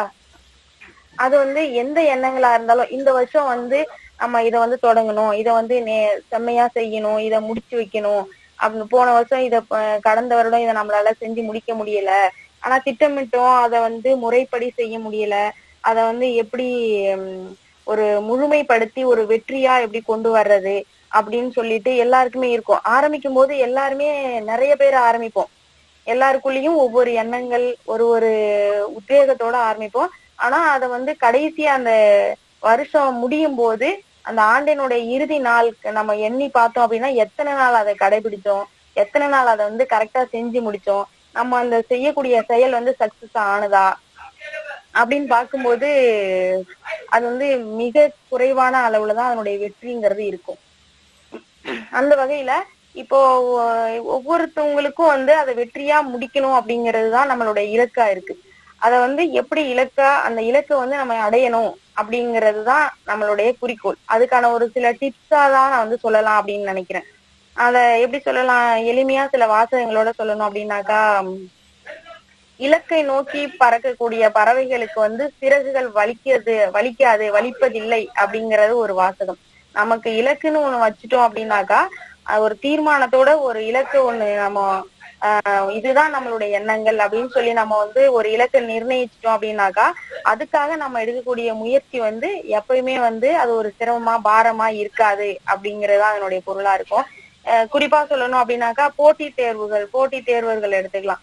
அவங்க எல்லாம் வந்து எப்படி இதுல வந்து ஜெயிக்கணும் அப்படின்னு எடுத்துக்கணும் அப்படின்னாக்கா, அவங்களுக்கு வந்து முதல்ல போட்டி தேர்வுகள் நம்ம வந்து எதுல திறமையா இருக்கோம், எந்த தேர்வுகளை நம்ம வந்து அணுக முடியும் அப்படின்னு சொல்லிட்டு, அதுக்கு முதல்ல அவங்க எதுன்னே தெரியாம அவங்களுடைய ஒரு ஒரு ஆர்வம் ஒண்ணு இருக்கும், ஆனா அவங்களுடைய திறமை ஒரு மாதிரி இருக்கும். அப்போ திறமையும் ஆர்வமும் ஒத்து போகக்கூடிய அந்த தேர்வுகளை அணுகுனாங்க அப்படின்னாக்கா போட்டி தேர்வர்களால சீக்கிரமா வேலைக்கு போக முடியும். அப்போ அவங்களுடைய வயசு, அவங்களுடைய அந்த ஏஜ் லிமிட் எல்லாம் சொல்லியிருப்பாங்க இல்லையா, அதெல்லாமே கரெக்டா வந்து அவங்க பார்த்து, அது மட்டும் இல்லாம அவங்களுடைய திறமையும் அவங்களுடைய ஆர்வமும் வந்து ஒத்து போகக்கூடிய பணிகளை அவங்க செஞ்சாங்க அப்படின்னாக்கா அதுல வந்து வெற்றி பெற முடியும் அவங்களால.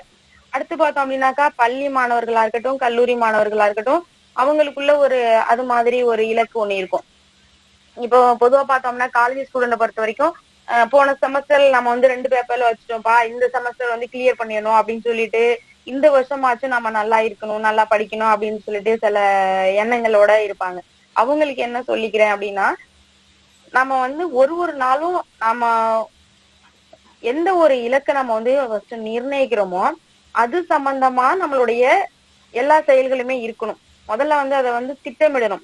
அதை எப்படி திட்டமிடணும் அப்படின்னா, காலை நேரமா இதை செய்யணும், மதியமா இதை செய்யணும் அப்படின்னு சொல்லிட்டு, எல்லாருக்கும் உள்ள அந்த 24 மணி நேரம் தான் நமக்கு எல்லாருக்குமே இருக்கக்கூடிய, எல்லாருக்கும் ஒரே மாதிரியான டைமிங் தான். அப்போ நமக்கு உள்ள டைமிங்க வந்து எப்படி அதை பிரிச்சுக்கிறது அப்படின்னு சொல்லிட்டு நம்ம வந்து கால அட்டவணை, நேர சிக்கனம், இது இந்த மாதிரி வந்து நம்ம ஒரு மெஷர்மெண்ட் போட்டு வச்சுக்கணும்.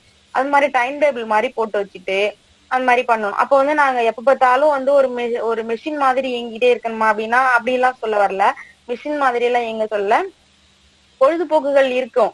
பொழுதுபோக்குகள் நம்ம வந்து ஸ்டோரிஸ் பாக்குறோம் அப்படின்னாக்கா அந்த போன்ல ஒரு 10 நிமிஷம் இல்ல ஒரு 20 நிமிஷம் 1/2 அது மாதிரி ஸ்டோரிஸ் பாக்குறோம்னா அது நம்மளுடைய இலக்கு நோக்கிய அந்த ஸ்டோரிஸா இருக்கணும். அதே மாதிரி நம்மளுடைய சுற்றுலா போக வேண்டாம்னு சொல்லல. அப்ப சுற்றுலாவாசிகளா இருந்தீங்க, அதுல உனக்கு ஆர்வம் இருந்துச்சு அப்படின்னாக்கா அது சார்ந்த இடங்கள், நம்மளுடைய இலக்கு சார்ந்த இடங்கள்ல நம்மளுடைய பயணங்களை வச்சுக்கலாம்.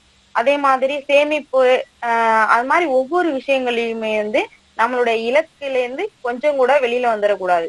அது மாதிரி நண்பர்களோட உரையாடுறதா இருந்தாலும் சரி, அது மாதிரி உறவினர் வீட்டுக்கு போறது, இது மாதிரி எல்லாமே வந்து நம்மளுடைய இலக்குகளை விட்டு கொஞ்சம் கூட வெளியில வந்துடாம அந்த என்ன நம்மளுடைய ஒரு ஆண்டுக்கான நம்மளுடைய இலக்கு என்னவா நம்ம நிர்ணயிக்கிறோமோ அதை விட்டுட்டு கொஞ்சம் கூட வந்துடாத அளவுக்கு நம்மளுடைய கால அட்டவணை கண்டிப்பா இருந்துச்சுன்னா நம்ம கண்டிப்பா ஜெயிக்க முடியும் அப்படின்னு சொல்றேன். அதே மாதிரி இளைஞர்கள் இவங்கெல்லாம் பார்த்தோம் அப்படின்னாக்கா இந்த வருஷம் நம்ம வந்து போன வருஷம் வந்து நிறைய டைம் வேஸ்ட் பண்ணிட்டோம்.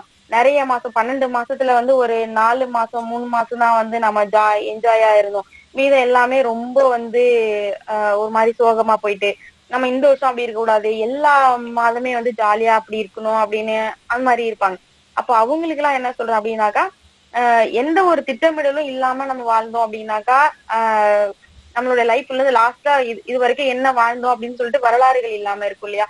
அப்போ நம்மளுடைய வரலாறுகளை சொல்ற அளவுக்கு நம்மளுடைய அந்த திட்டங்கள்ங்கிறது ஃபர்ஸ்ட் இருக்கணும். இப்போ நான் எனக்கு முன்னாடி பேசின எல்லாருமே வந்து அழகா ஒண்ணு பத்தி பேசினாங்க. இந்த புத்தக வாசிப்பு அப்படிங்கிறது, அதே மாதிரி ஆரோக்கியம், மத்த எல்லாமே பத்தி பேசிட்டு இருந்தாங்க. அப்படி பேசுறது இந்த ஒண்ணத்தை பத்தி சொல்லும் பொழுதுமே வந்து அவங்களுக்கு ஓரளவு இதை கேட்டுட்டு இருக்க எல்லாருக்குமே வந்து நம்ம இதை வந்து சூஸ் பண்ணலாம் அப்படின்னு சொல்லிட்டு ஒரு ஐடியா இருக்கும்.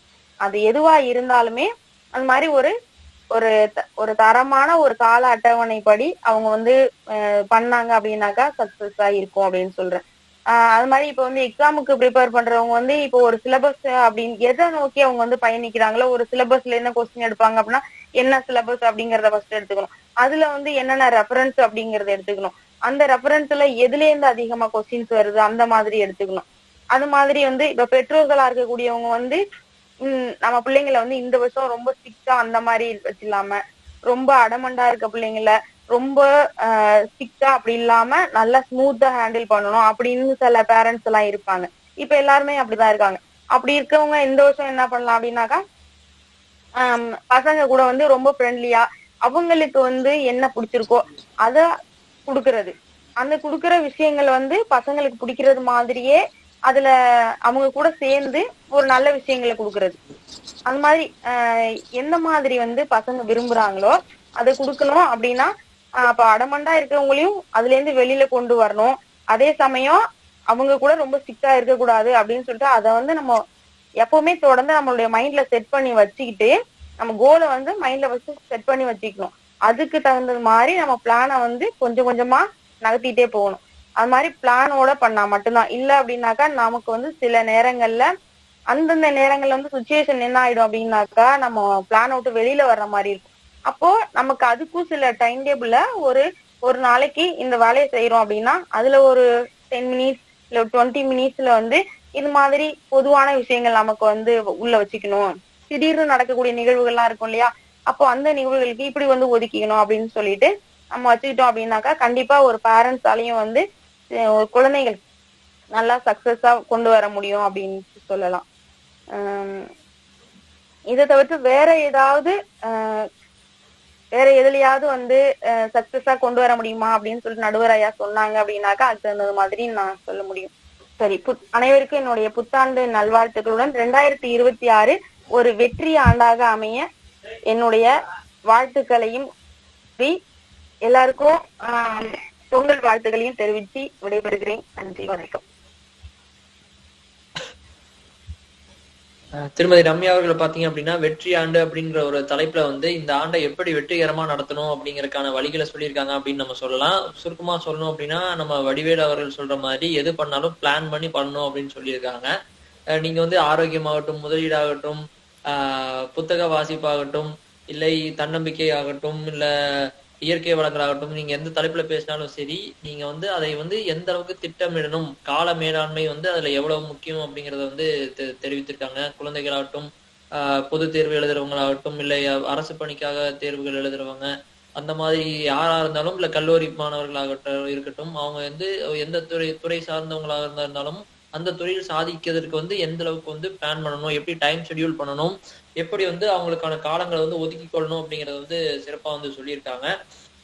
இந்த ஆண்டு அவங்க வாழ்த்திய மாதிரி அனைவருக்கும் வந்து ஒரு வெற்றி ஆண்டா வரணும் அப்படின்னா சின்ன சின்ன பழக்கங்கள், ஆரோக்கியத்துக்காகட்டும், புத்தக வாசிப்பாகட்டும், உடல் நலத்துக்காகட்டும், ஒரு சின்ன சின்ன பழக்கங்களை கொண்டு வந்தீங்க அப்படின்னா ஒரு வெற்றி ஆண்டா வந்து இது அமையும் அப்படின்னு எங்க களஞ்சியம் மாணவர் சார்பாக கேட்டுக்கொள்கிறோம். அடுத்தது வந்து பார்த்தோம் அப்படின்னா இது எல்லாமே பேசிட்டோம். சேமிப்பு, முதலீடு, இயற்கை வளங்களை பாதுகாக்கணும், புத்தகம் வாசிக்கணும், எல்லாம் ஓகே. நீங்க ஆரோக்கியமா இருக்கணும், தன்னம்பிக்கை வளர்க்கணும், எல்லாமே ஓகேப்பா. நீங்க என்னதான் பண்ணணும்னாலும் சாப்பிட்றதுக்கு வந்து சோறு முக்கியம். சோறு வரணும் அப்படின்னா விவசாயம் முக்கியம்.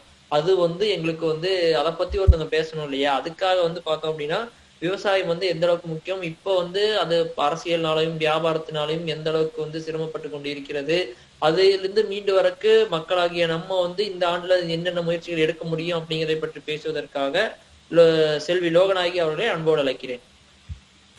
உழவுக்கும் தொழிலுக்கும் வந்தனை செய்வோம், பின்னில் உண்டுகளில் திருப்போரை நிந்தனை செய்வோம், வினலுக்கு நீர் பாய்ச்சி மாயமாட்டோம், வெறும் வீணருக்கு உழைத்துடலும் ஓய மாட்டோம் என்ற வரிகளுடன் இந்த சிறப்பானதொரு பேச்சரங்கத்தை மிக மிக மெருகூற்றும் வகையிலே அனைத்து தலைப்புகளை பற்றியும் மிக மிக தெளிவாக பேச்சாளர் பேசி முடித்த பின்பு அதை பற்றி ஒரு கருத்துரை வழங்கி கொண்டிருக்கக்கூடிய நடுவர் சகோதரர் அண்ணன் அவர்களுக்கும், மேலும் நிறைய தலைப்புகளை பற்றி நிறைய ஆழ்ந்த சிந்தனைகளோடு அருமையான கருத்துக்களை இங்கே இந்த புத்தாண்டதுமாக பதிவு செய்திருக்கக்கூடிய என்னுடைய சகோதர சகோதரிகளுக்கும் என்னுடைய முதற்கண் வணக்கத்தை தெரிவித்துக் கொள்கிறேன்.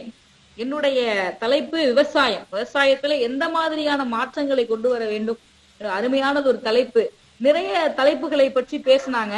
மனிதன் முதலில் வாழ்வதற்கு ஆரோக்கியம் முதல்ல வாழணும், ஆரோக்கியமா வாழணும். அதற்கு மிக மிக மிக முக்கியம் நம்மளுடைய இந்த உடம்பு. அந்த உடம்பு ஆரோக்கியமாக நலமாக இருப்பதற்கு எல்லாரும் சொன்னது போல உடற்பயிற்சி எத்தனை முக்கியமோ அந்த மாதிரி நம்ம வந்து ஒரு விதிமுறைகளை விதிச்சுக்கிட்டு நம்ம செய்யக்கூடிய யோகாசனமோ ஆரோக்கியத்துக்காக நம்ம உடல் ரீதியாக நம்ம எடுக்கக்கூடிய நடவடிக்கைகள் எந்த அளவுக்கு முக்கியமோ அதே போல நாம் சாப்பிடுகிற உணவு 100 மடங்கு அதை விட இந்த இடத்துல ரொம்ப ரொம்ப முக்கியமா இருக்கு. மனுஷன் ஆரோக்கியமா வாழ்றதுங்கிறது 50 விழுக்காடு நம்ம செய்யக்கூடிய பயிற்சிகள்ல முயற்சிகள்ல இருந்தாலும் கூட மீதம் வந்து இருக்கக்கூடிய விழுக்காடு நம்ம செய்யற சாப்பிடுற சாப்பாட்டுலதான் இருக்கு. அந்த சாப்பாடு நமக்கு கொடுக்கக்கூடிய இந்த விவசாயம், இந்த விவசாயம் தான் நாட்டினுடைய முதுகெலும்பு அப்படின்னு நம்ம காலமாவே பேசிக்கிட்டு இருக்கோம். ஆனா அந்த விவசாயிங்க வந்து நல்லா இருக்காங்களா, விவசாயம் வந்து நாட்டுல எந்த அளவுல இருக்கு, விவசாயம் வந்து விவசாயிகளுக்கு எந்த அளவுல உதவிகள் செய்யப்படுது, அவங்க வந்து எந்த அளவுக்கு இப்போ ஒரு இழப்பீடோ அந்த பயிர் காப்பீடோ எப்படி அதெல்லாம் இருக்கு அப்படிங்கறது அரசு சார்ந்தது. அது நம்ம வந்து பேசுறதை விட நம்ம இந்த ஜெனரேஷனுக்கு வரக்கூடிய காலகட்டங்கள்ல இப்ப இந்த புது வருடம் இதுல விவசாயங்கள்ல என்னெல்லாம் பண்ணலாம், இதை இளைய தலைமுறைக்கு விவசாயத்துடைய முக்கியத்துவத்தை எப்படியெல்லாம் நம்ம கொண்டு போய் சேர்க்க முடியும், உணவு எவ்வளவு முக்கியம், கலப்படம் இல்லாத உணவு எவ்வளவு முக்கியம் அப்படிங்கறது எல்லாமே நம்ம இந்த விவசாயத்தின் தான் அடித்தளம். எல்லாத்துடைய அடித்தளம் அந்த பேசிக் வந்து விவசாயம் தான். அந்த விவசாயத்தின் மூலமா தான் உடல் ஆரோக்கியத்தை நம்மளால பெற முடியும். அது என்ன, விவசாயம் தான் உணவுக்கான ஒரே ஒரு வழி. விஜய் சொல்றது மாதிரி சோறு முக்கியம் பிகிலு அப்படின்னு சொல்லலாம். அதனால விவசாயம் தான் நமக்கு ஒரு எல்லாத்துக்குமா அடித்தளம். அப்ப விவசாயத்துல மாற்றங்கள் அப்படின்னு சொன்னா நம்ம சப்ஜெக்ட் ஓரியன்டா பேசுற மாதிரியா தான் இருக்கும். ஏன்னா விவசாயங்கள்ல என்னென்ன மாற்றங்கள் கொண்டு வரலாம், எனக்கு தெரிஞ்ச வரைக்கும் நான் இப்ப நிறைய விவசாயம் சார்ந்த நபர்கள், அக்ரி சார்ந்த ஏகப்பட்ட பேர் இருப்பாங்க. நிறைய நமக்கு நம்ம சார்ந்த வகுப்புகள்லையும் கூட நிறைய விவசாயம் சம்பந்தமான வகுப்புகள்லாம் இப்ப நம்ம தோழி பவித்ரா வந்து நிறைய வாட்ஸ்அப்ல வந்து அனுப்பிச்சு விடுவாங்க, ஜாயின் பண்ணிக்கோங்க சொல்லி நிறைய விவசாயம் சார்ந்த வகுப்புகள் எடுக்கிறாங்க. அதெல்லாம் நிறைய பேருக்கு நிச்சயமா உபயோகமா இருக்கும்னு நினைக்கிறேன். நம்ம என்னென்ன மாற்றங்களை கொண்டு வரலாம், முதல்ல விவசாயத்துல நம்ம கொண்டு வர வேண்டிய மிக முக்கிய மாற்றம் வந்து பாரம்பரிய முறையோட, பாரம்பரியமா எப்படி விவசாயம் பண்ணமோ அந்த முறையோட நவீன தொழில்நுட்பங்களை இணைச்சி மண்வளம், நீர்வளம், பயிர் விளைச்சல் இது அதுல வரக்கூடிய வருமானம், நம்ம யூஸ் பண்ணக்கூடிய உரங்களா யூஸ் பண்ற பூச்சிக்கொல்லி, இது எல்லாத்தையும் கருத்தையில கொண்டு நம்ம ஒரு நிலையான ஒரு மாற்றத்தை நம்ம கையெடுக்கணும். அப்ப முக்கியமா இயற்கை வேளாண்மை, நான் சொன்ன மாதிரி இன்னைக்கு எல்லாத்துலயுமே கலப்படம். ஒரு கவிஞர் கூட கலப்படத்தை பத்தி ஒண்ணு எழுதியிருந்தாரு. இப்போ இன்று போலிகளே இல்லை, எல்லாமே முழுமையாவே எல்லாமே போலிதான் இருக்கு, இதுல போயிட்டு எங்க நம்ம உண்மையை தேடுறதுன்னு ஒரு வரி எழுதியிருந்தாரு. எனக்கு அதை மிகச் சரியா சொல்ல தெரியல அந்த வரி அந்த இடத்துல, அது உங்களுக்கு புரிஞ்சிருக்கும்னு நினைக்கிறேன். அப்ப எல்லாத்துலயுமே கலப்படம். உணவுப் பொருட்கள்ல வாங்குற பால் பாக்கெட்ல இருந்து நம்ம எல்லாத்துலயுமே கலப்படம், விஷத்தை நம்ம கொஞ்சம் கொஞ்சமா சாப்பிட்டு இருக்கோம்னே சொல்லலாம். அப்போ ஒரு சில பேர் புரிஞ்சுக்கிட்டு இன்னைக்கு இயற்கையான உணவு முறைக்கு மாறிட்டாங்க. அப்ப வேளாண்மையில இயற்கை வேளாண்மை இன்னைக்கு எனக்கு தெரிஞ்சு எங்க ஏரியா சைடு நிறைய இளைஞர்கள் நிறைய பேர் இல்ல எனக்கு தெரிஞ்சு, ஏன்னா ரொம்ப சொற்பமான அளவுல இருந்தவங்க இன்னைக்கு அதை புரிஞ்சுக்கிட்டு இயற்கை விவசாயத்தை கையெடுத்து, கொரடாச்சேரி சைட்ல சூர்யா அப்படின்னு சொல்லிட்டு ஒரு சகோதரர் இயற்கை விவசாயம் பண்ணிட்டு இருக்காரு. தனியா ஒரு கிட்டத்தட்ட ஒரு 8 ஏக்கர் மொத்தமா அந்த பரப்பளவுல இயற்கை விவசாயம் பண்றாரு. அவரை பார்த்து நான் பேசினப்பதான் அவர் என்கிட்ட சொன்னாரு, எவ்வளவு முக்கியம் என் சாப்பாடு எவ்வளவு முக்கியம், உடல் எவ்வளவு முக்கியம். அப்போ இந்த விவசாயத்தின் மூலமாக மட்டும்தான் இதை சரி செய்ய முடியும் இந்த மாதிரியான ஒரு சூழலை அப்படின்னு சொன்னாரு. இப்ப ரசாயன உரங்கள், பூச்சிக்கொல்லி இதெல்லாம் தவிர்த்து கால்நடை உரம், பசுந்தலைகள், இயற்கையா என்னென்ன உரங்கள்லாம் பயன்படுத்துவோமோ அதை யூஸ் பண்றது மூலமா மண் வளத்தை மேம்படுத்த முடியும், ஆரோக்கியமான ஒரு விளைச்சலை ஏற்படுத்த முடியும், அது மூலமா உடல் ஆரோக்கியத்தை அதிகரிக்க முடியும். அப்புறம் நிலையான விவசாயம், தற்போதைய தேவைகளை பூர்த்தி செய்யறத மட்டும் கருத்துல கொள்ளாம எதிர்காலத்துல வரக்கூடிய சந்ததியினரோட தேவைகளையும் கருத்துல கொண்டு நம்ம மண்ணரிப்பதற்கு கூட உரங்கள்லாம் இப்பையில இருந்தே பயன்படுத்த ஆரம்பிச்சு, அதுக்கப்புறம் நம்ம வேலி பயிர்களை எப்படி வளர்க்கறதெல்லாம் தெரிஞ்சுக்கிட்டு அது மாதிரியான விஷயங்களை கவனம் கொடுத்து ஒரு சஸ்டைனபிள் அக்ரிகல்ச்சர், நிலையான விவசாயத்தை நம்ம கையெடுக்கணும். அது மாதிரி நீர் மேலாண்மை, இப்ப தண்ணீரை திறமையா பயன்படுத்துறதுலதான், அந்த நுட்பத்தை நம்ம கத்துக்கிறதுலதான் நம்மளுடைய அந்த சக்சஸே இருக்கு விவசாயத்தை பொறுத்த வரைக்கும். அப்போ ஒரு துல்லியமான ஒரு நீர்ப்பாசன முறையை நம்ம பயன்படுத்தணும். அது மாதிரி தொழில்நுட்ப ஒருங்கிணைப்பு, விதைகளை விதைக்கிறது, நடவு செய்யறது, அறுவடை செய்யறது, இதுக்கெல்லாம் நவீன இயந்திரங்களை பயன்படுத்துறது மூலியமா தான் நம்ம நேரங்களை குறைக்க முடியும். அது மட்டும் இல்லாம நான் திரும்பவும் சொல்றேன், நவீனம்னா நம்ம நவீன இயந்திரங்களை பயன்படுத்தி பாரம்பரிய முறையை பயன்படுத்துறோம், இயற்கையான விஷயங்களை கொண்டு வரணும். ஆனா இயந்திரங்கள் மட்டும் தான் நவீனமான பயன்படுத்துறோம், பாக்கி எல்லாம் அந்த பாரம்பரியத்தையும் நவீனத்தையும் இணைத்து இந்த ஜெனரேஷனுக்கு விவசாயத்துல ஒரு நல்ல ஒரு மாற்றத்தை கொடுக்கதான் நம்ம சிந்திக்கணும். அப்புறம் முக்கியமா விவசாயிகளோட மிகப்பெரிய பிரச்சனை சந்தைப்படுத்துதல். அப்ப இந்த சந்தை மற்றும் பொருளாதார மேம்பாடு, இதுக்குதான் அப்பையில இருந்தே தொன்று சொல்லிட்டு இருக்கோம். உலகளாவிய சந்தைகளை விவசாயிகளுக்கு எளிதில கிடைக்க செய்யறதுக்கு வழிவகுக்கணும். உலகளாவிய சந்தைகளோட விவசாயிகள் நம்ம எதில் தொடர்பு படுத்திட்டோம்னாலே அவர்களுக்கான சரியான ஒரு முதலீடு கிடைச்சிடும். அது மாதிரி பயிர் காப்பீட்டை விரிவுபடுத்தணும். தரமான இடுபொருட்களை, அதாவது உங்களுக்கு இடுபொருட்கள்லாம் என்னென்ன, தரமான இடுபொருட்களை விவசாயிகளுக்கு எளிதில ஈஸியா கிடைக்கிற மாதிரி செய்யணும்னா அவங்களை விவசாயம் பண்ணவங்கள அலைய விட்டு சின்ன சின்ன விஷயத்துக்கு சிரமப்படுத்தாம அவங்களுக்கு எளிதில கிடைக்க செய்யணும். பருவநிலை மாற்றத்துக்கு ஏத்த மாதிரியான பயிர்களை பயன்படுத்தணும். ஒருங்கிணைந்து ஒரு அணுகுமுறை, நவீன விவசாயத்தோட நன்மைகளையும் பாரம்பரிய விவசாயத்தோட நலன்களையும் இணைச்சி ஒரு நல்ல முறையில விவசாயத்தை நம்ம பண்ண இந்த மாதிரியான மாற்றங்களை கொண்டு வரும் பொழுது விவசாயம் ஓங்கும், முதுகெலும்பான விவசாயம் மீண்டும் எழுந்து நிற்கும். இயற்கை விவசாயத்தை இளையோர் கையெடுக்கும் பொழுது சமுதாயம் ஆரோக்கியத்தோடு சேர்ந்து நல்ல மாற்றங்களை கொண்டதாக மாறும். அதனால விவசாயிகளுடைய ஸ்ட்ரகிள்ஸ் நமக்கு தெரியும். அது நம்ம சொல்லவே வேணாம். நிறைய ஒரு என்ன ரொம்ப சிரமப்படுத்தின ஒரு கவிதை வரி கூட ஒண்ணு இருந்துச்சு. உதிரு முதிரமது உனதா இருந்திருந்தால் ஓடித்தான் வந்திருப்பாய், நீ ஒளிந்தா மறைந்திருப்பாய். சிந்தும் உயர்வையுடன் அவன் சிதறவிட்ட வித்துக்களே இன்று உன் சிறு வயிற்றை நிரப்பிக் கொண்டிருக்கின்றன அப்படின்னு சொல்லி ஒரு கவிதை ஒருத்தரோட எழுதியிருந்தாரு. அப்ப எவ்வளவு ஸ்ட்ரகிள்ஸை ஃபேஸ் பண்ணி நம்ம சாப்பிடுற உணவு விளைவிக்கக்கூடிய விவசாயிகள், விவசாயம் என்னை பொறுத்தவரை விவசாயம் அப்படிங்கிறது நம்ம விவசாயிகள் பெரிய லேண்ட் வச்சு பண்றது மட்டும் கிடையாது. நம்ம சின்ன சின்ன முறையில நம்ம குறைந்த அளவுல மண்ணை பயன்படுத்தி எப்படி விளைபொருட்களை அதிகப்படுத்தலாம், எப்படி விளைய வைக்கலாம், இதெல்லாம் படிச்சு தெரிஞ்சுக்கிட்டு நம்ம மாடியில செஞ்சு நம்ம ஒரு பொருளை விளைய வச்சு சாப்பிட்டோம்னா அதுவும் கூட விவசாயம் தான். அதனால எந்த அளவுக்கு இயற்கையான முறைக்கு மாற முடியுமோ மாறணும். உடம்பு முக்கியம், அதை கூட திருமூலர் சொல்லியிருப்பாரு. உடம்பார் அழியின் உயிரார் அழிவர், திடம்பட மெய்ஞானம் சேரவும் மாட்டார், உடம்பை வளர்க்கும் உபாயம் அறிந்தே உடம்பை வளர்த்தேன் உயிர் வளர்த்தேனேன்னு சொல்லியிருப்பாரு. அப்ப இந்த உடம்பு எத்தனை முக்கியம், இந்த உயிர் ஆரோக்கியமா இருக்கணும், நல்ல முறையில வாழணும்னா இந்த உடல் முக்கியம். அந்த உடலுக்கு இந்த உணவை தரக்கூடிய விவசாயம் நம்முடைய உயிர் நாடி. அந்த விவசாயத்தை பாதுகாக்கணும், நல்ல மாற்றங்களை கொண்டு வரணும். அப்ப எல்லா தலைப்புகளும் இதுல சேர்ந்துரும். எனவே நல்ல ஒரு இயற்கையான விவசாய முறைய, பாரம்பரியத்தை நவீனத்தோட இணைத்து நல்ல முறையில செயல்படுத்தி ஒரு ஆரோக்கியமான வாழ்க்கைய தன்னம்பிக்கையோட வாழ்ந்து சேமிப்பு முதலீடு செஞ்சு அது மூலமா சேமிப்பை பெருக்கி இயற்கை வளங்களையும் பாதுகாத்து அறிவு பசிக்கு நிறைய புத்தகங்களை வாசிச்சு இந்த ஆண்டை வெற்றி ஆண்டாக மாற்ற வேண்டும் என்று அன்போடு கேட்டுக்கொண்டு நல்லதொரு வாய்ப்புக்கு நன்றி விடைபெறுகிறேன். நன்றி. அருமை அருமை லோகநாயகி அவர்களே. கடைசியா நடுவர் செய்ய வேண்டியதையும் எல்லாரும் என்னென்ன தலைப்பு பேசினாங்கன்னு சொல்லி அதையும் கொண்டு உங்களோட உரையை சிறப்பா முடிச்சிருக்கீங்க. திருவள்ளுவர் சொன்ன மாதிரி உழுதுண்டு வாழ்வாரே வாழ்வர், மற்றார் எல்லாம் தொழுதுண்டு பின் செல்வர் அப்படிங்கிற திருக்குறளுக்கு ஏற்ற வகையில் விவசாயத்தோட முக்கியத்துவமும் அதோட இந்த காலகட்டத்துல எந்த மாதிரி மாற்றங்கள் கொண்டு வரணும் அப்படிங்கிறதையும் ஒரு சரவெடி மாதிரி உங்களோட கருத்துக்களை தெரிவிச்சிருக்கீங்க.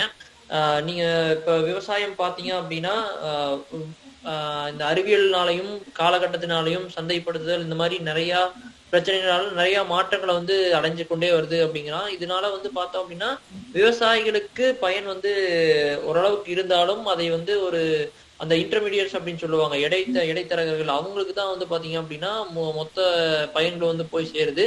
அதை கொஞ்சம் குறைத்து விவசாயிகளுக்கும்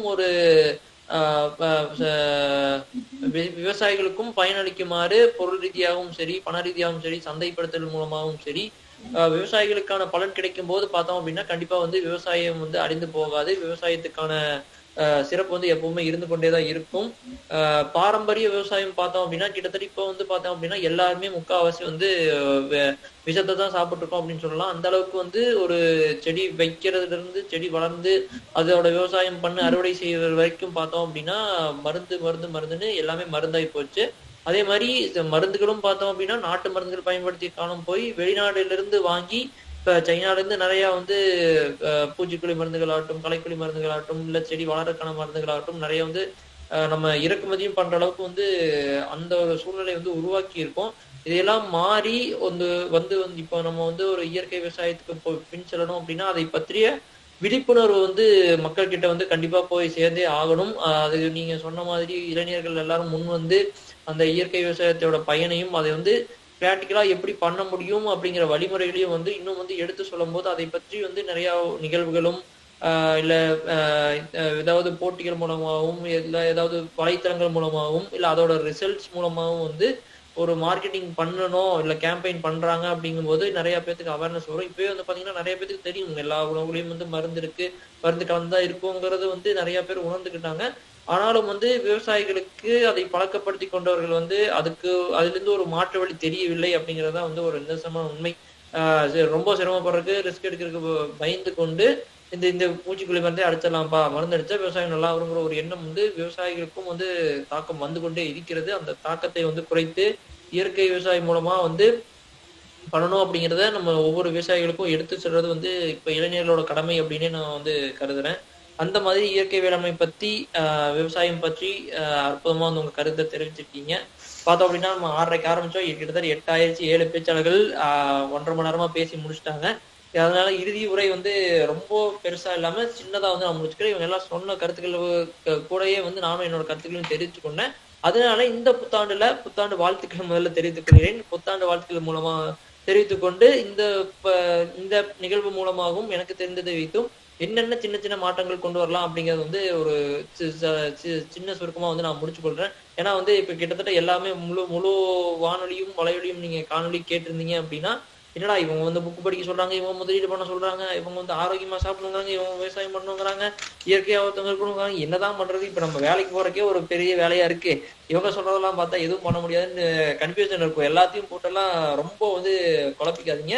சின்ன சின்ன பழக்கங்கள் மூலமாவே இது எல்லாமே ஆரோக்கியம் சேமிப்பு இது எல்லாத்தையுமே கொண்டு வந்துடலாம். அந்த மாதிரி படிப்படியா ஒரு சின்ன சின்ன பழக்கங்கள் மூலமா உங்க வாழ்வியலை மாற்றிக்கொள்ளணும் அப்படிங்கறத சம்மரைஸ் பண்ணிடுறேன். முடிஞ்ச அளவுக்கு நடங்க, எந்த அளவுக்கு நடக்க முடியுமோ அந்த அளவுக்கு நடங்க. சாப்பிட்டதுக்கு அப்புறம் ஒரு 10 நிமிஷம் அப்புறம் நீங்க சின்ன சின்ன வேலைகளுக்கு வெளியே போறீங்க அப்படின்னா பக்கத்துல இருக்குது அப்படின்னா முடிஞ்ச அளவுக்கு நடைப்பயிற்சி செய்யும் போது உங்களோட ரத்த ஓட்டம் நல்லா இருக்கும். ஹார்ட் ஆகட்டும், சுகர், பிரஷர் இதெல்லாம் இது மாதிரியான நோய்கள் வர்றது தவிர்க்கலாம். நடைப்பயிற்சி அப்படிங்கிறது ரொம்ப முக்கியம். அதே மாதிரி ரொம்ப நேரம் உட்காந்துட்டு வேலை செய்யறவங்க பாத்தீங்க அப்படின்னா இல்ல ரொம்ப நேரம் நின்றுட்டே வேலை செய்யற டீச்சர்ஸ் மாதிரி இருக்கிறவங்க கொஞ்சம் மாத்திக்கோங்க. உட்காந்துட்டே இருக்கிறவங்க ஒரு 20 மினிட்ஸ் ஒன்ஸ் இல்லை 1/2 hour ஒன்ஸ் கொஞ்சம் ஒரு 2 நிமிஷம் எந்திரிச்சு நடக்கிறது, இல்ல ஒரு நின்றுட்டே இருக்கிறவங்க அதுக்கு சார்ந்த கால்களுக்கு சார்ந்த பயிற்சி அளிக்கிறது, அந்த மாதிரியான இதை பண்ணிக்கோங்க. இன்னொரு சிம்பிள் திங் வந்து முடிஞ்ச அளவுக்கு தண்ணீர் குடிங்க. தண்ணி குடிக்கிறது வந்து ஒரு மிகப்பெரிய நன்மை, நிறைய நன்மைகள் இருக்கு.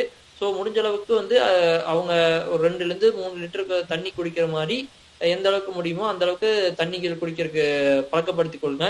அதே மாதிரி காலை நேரங்கள் அதிகமா தண்ணி குடிங்க. ஒவ்வொரு நேரமும் தண்ணி குடிக்கிறதுக்கும் ஒவ்வொரு நன்மைகள் இருக்கு. முடிஞ்ச அளவுக்கு தண்ணி குடிக்கிறத அதிகப்படுத்திக்கங்க. இரவு உணவுகள் வந்து ரொம்ப வந்து லைட்டா எடுத்துக்கங்க. அது வந்து உங்களோட உடலுக்கும் சரி, மனதிற்கும் சரி நல்ல தூக்கம் கொடுக்கறதுக்கும் உங்க செரிமானத்துக்கும் வந்து ரொம்ப உதவும். இரவு உணவு வந்து பாத்தீங்க அப்படின்னா முடிஞ்ச அளவுக்கு நேரத்தையே சாப்பிடுங்க. 6 மணி 7 மணி அந்த ரேஞ்சுக்குள்ள சாப்பிட்றது நல்லது. அந்த தவிர்க்க முடியாதவர்கள் எந்த அளவுக்கு சீக்கிரமா சாப்பிட முடியுமோ அந்த அளவுக்கு உணவு பழக்கத்தை வச்சுக்கொள்ளுங்க. நைட்டு சாப்பிட்றது அளவா சாப்பிட்டீங்க அப்படின்னாலே வயிற்று கோளாறுகளுக்கான மிகப்பெரிய பிரச்சனைகள் எல்லாமே தீந்துடும். அதே மாதிரி சாப்பிடும் போது சரிவிகித உணவு எடுத்துக்குங்க. எல்லா சத்துக்களும் கார்போஹைட்ரேட்ஸ், புரோட்டீன்ஸு, கால்சியம், விட்டமின்ஸு, இந்த மாதிரி எல்லா சத்துக்களும் இருக்க மாதிரியான உணவுகளை வந்து உங்க உணவுல சேர்க்கறதுக்கு முயற்சி பண்ணுங்க. அதே மாதிரி யோகா, தியானம் முடிஞ்ச அளவுக்கு காலையில ஒரு 10 நிமிஷமோ உடற்பயிற்சியோ தியானமோ யோகாவோ இந்த மாதிரி உடலுக்கு சார்ந்த விஷயங்கள் செய்யும்போது உங்களுக்கு வந்து ஆரோக்கியத்தை வந்து இதெல்லாம் சின்ன சின்ன விஷயங்கள் தான். இதை வந்து கண்டிப்பா வந்து எல்லாருமே பண்ண முடியும். அந்த மாதிரி விஷயங்கள் நீங்க பண்ணிக்கங்க. அடுத்தது முதலீடு பக்கம் போனோம் அப்படின்னா நீங்க ஒரு 1000மோ 2000மோ சிறிய பழக்கங்கள் மூலமா வந்து ஒரு எஸ்ஐபி மூலமாவோ ரெக்கரிங் டெபாசிட் மூலமோ மாதமா ஒரு 6 மாசத்துக்கு பண்ண ஆரம்பிச்சீங்க அப்படின்னா அதுக்கப்புறம் அதோட ரிசல்ட் பார்த்துட்டு நீங்களே வந்து எப்படி வந்து அதிகமா இன்வெஸ்ட் முதலீடு பண்ணலாம் அப்படிங்கிற ஒரு பழக்கம் பண்ணுகிறோம். ஸோ முதல்ல வந்து 500 1000மோ சின்ன அமௌண்ட்டா இருந்தாலும் முதலீடு பண்ண ஆரம்பிங்க. அது வந்து அதை பத்தி கத்துக்கிட்டீங்க அப்படின்னா உங்களோட வளர்ச்சி வந்து இன்னும் அதிகமா இருக்கும். அப்புறம் வந்து புத்தக வாசிப்பு மூலமா வந்து பாத்தீங்கன்னா நைட்டோ இல்ல காலையிலயோ காலையில எந்திரிச்சோன்னையும் வந்து எனக்கு டீ குடிக்கிற பழக்கம் இருக்கு அப்படின்னா அப்போ நீங்க டீ குடிக்கும் போது கூட அது கூட பேர் பண்ணிக்கிட்டீங்க அப்படின்னா ஒரு 5 நிமிஷம் டீ குடிக்கிறேன், 5 நிமிஷம் ஒரு 2 பேஜ் பக்கம் 2 பக்கங்கள் படிச்சிருவேன்.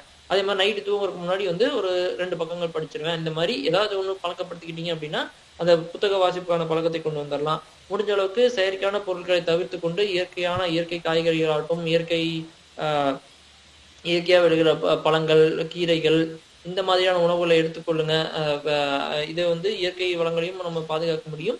உங்களால முடிஞ்சா செடி மரங்கள் வைத்து கொஞ்சம் இயற்கைக்கும் வந்து சப்போர்ட் பண்ணலாம். அடுத்தது வந்து விவசாயத்தை பற்றி வந்து விவசாயிகள் தான் பண்ண முடியுமே தவிர உங்களால வந்து எந்த அளவுக்கு மாற்ற முடியும்னா விவசாயிகள் கிட்ட நேரடியா வந்து உழவர் சந்தைகள்லயும் இல்ல நேரடியா உங்களுக்கு தெரிஞ்ச விவசாயிகள் மூலமாவும் அவங்க கிட்ட வந்து ரெகுலரா வந்து காய்கறி வாங்கலாம். இல்ல அவங்களோட பொருட்களை முடிஞ்சால் நீங்க சந்தைப்படுத்தி அவங்களுக்கு பயன்படுற மாதிரி விற்கலாம். இல்ல உங்களுக்காக ஒரு சின்னதா வந்து ஒரு விழிப்புணர்வு ஏற்படுத்த முடியும் அப்படின்னா கூட ஒரு வீடியோவோ பண்ணியோ அந்த மாதிரி ஏதாச்சும் பண்றதுனாலும் நம்ம நீங்க வந்து முயற்சி செய்யலாம். அதே மாதிரி எது பண்ணாலும் எந்த விஷயம் பண்ணாலும் பிளான் பண்ணி பண்ணுங்க. அவ்வளவுதான். ரத்தன சுருக்கமா வந்து இந்த ஆண்டு வெற்றி ஆண்டா நடக்கணும் அப்படின்னா இது எல்லாத்தையும் ஒரு பிளான் பண்ணி கொஞ்சம் கொஞ்சமா இம்ப்ளிமெண்ட் பண்ணீங்க அப்படின்னாலே இந்த ஆண்டு கண்டிப்பா வெற்றி ஆண்டா நடக்கும் முடியும் அப்படின்னு நம்பிக்கையுடன் 3 எழுத்தி நன்றி கூறி 5 எழுத்தி வணக்கம் கூறி 7 எழுத்தி விடைபெறுகிறேன். நன்றி. நன்றிங்க. ரொம்ப சிறப்பான ஒரு நிகழ்ச்சியா இன்றைய நிகழ்ச்சி அமைஞ்சது. ரொம்ப மாறுபட்ட விதத்துல இருந்தது. எப்பவுமே ஒரு தலைப்பு எடுத்துக்கிட்டு அதுல வந்து 2 பக்கம் விவாதம் இருக்கும். இன்னைக்கு வந்து பல கோணத்துல வந்து பேசுறதுக்கான ஒரு வாய்ப்பு இந்த பேச்சரங்கம் நிகழ்ச்சியின் மூலியமா கிடைச்சது. அதுக்கு முதல்ல உங்களுக்கு ரொம்ப நன்றிங்க. ஏன்னா இந்த மாதிரி ஒரு சிறப்பா ஒரு நிகழ்ச்சி வந்து ஏற்பாடு பண்ணதோட இல்லாம அது சிறப்பா வழி நடத்தி நிறைவு வரைக்கும் கொண்டு வந்தீங்க. ரொம்ப நன்றி. அதே மாதிரி ஒவ்வொரு பேச்சாளர்களுமே ரொம்ப சிறப்பா வந்து அவங்களுடைய கருத்தை வந்து பதிவு பண்ணாங்க. எந்த தலைப்புகள் எடுத்தாலுமே அதுல கண்டிப்பாக இந்த மாதிரி கூட நம்ம பண்ணலாம் அப்படின்ற ஒரு ஐடியா ஒவ்வொரு நேயர்களுக்குமே கிடைச்சிருக்கும் அப்படின்னு நினைக்கிறேன். ஏன்னா ஒவ்வொருத்தவங்க பேசும்போதுமே அந்த தலைப்புல நிறைய விஷயங்களை பகிர்ந்துக்கிட்டாங்க. எனக்கு தெரிஞ்சு இந்த நிகழ்ச்சியை முழுமையாக கேட்டிருக்கக்கூடிய நேயர்களுக்கு இப்ப நம்ம எப்படி பண்ணலாம் இவ்வளவு இருக்கே அப்படின்ற ஒரு ஐயம் கண்டிப்பாக ஏற்பட்டிருக்கும்னு நினைக்கிறேன். அதையெல்லாம் தொகுத்து வந்து சரியா வந்து அண்ணன் வந்து நமக்கு ஒரு முடிவுரையும் வழங்கினாங்க. முழுமையா கேட்டவங்களுக்கு கண்டிப்பாக நிறைய விஷயங்கள் நிறைய மாற்றங்கள் ஏற்பட போகுது. அதுவும் இந்த களஞ்சியம் சமூக வானொலியின் மூலியமாக நிகழப்போகுது அப்படின்னு நினைக்கும் பொழுது ரொம்ப சந்தோஷமாக இருக்கு. பேச்சாளர்களாக பங்கு கொண்ட ரவிக்குமார் அண்ணன், சுசிலா அம்மா, புனிதா அம்மா, பவதாரணி, நர்மதா பாப்பா, ரம்யா மேம், லோகநாயகி எல்லாருமே ரொம்ப சிறப்பா அவங்களுடைய கருத்துக்களை வந்து ரொம்ப அழகாவும் ஆணித்தனமாவும் வந்து பகிர்ந்துக்கிட்டாங்க. அத்தனை பேச்சாளர்களுக்கும் நன்றி.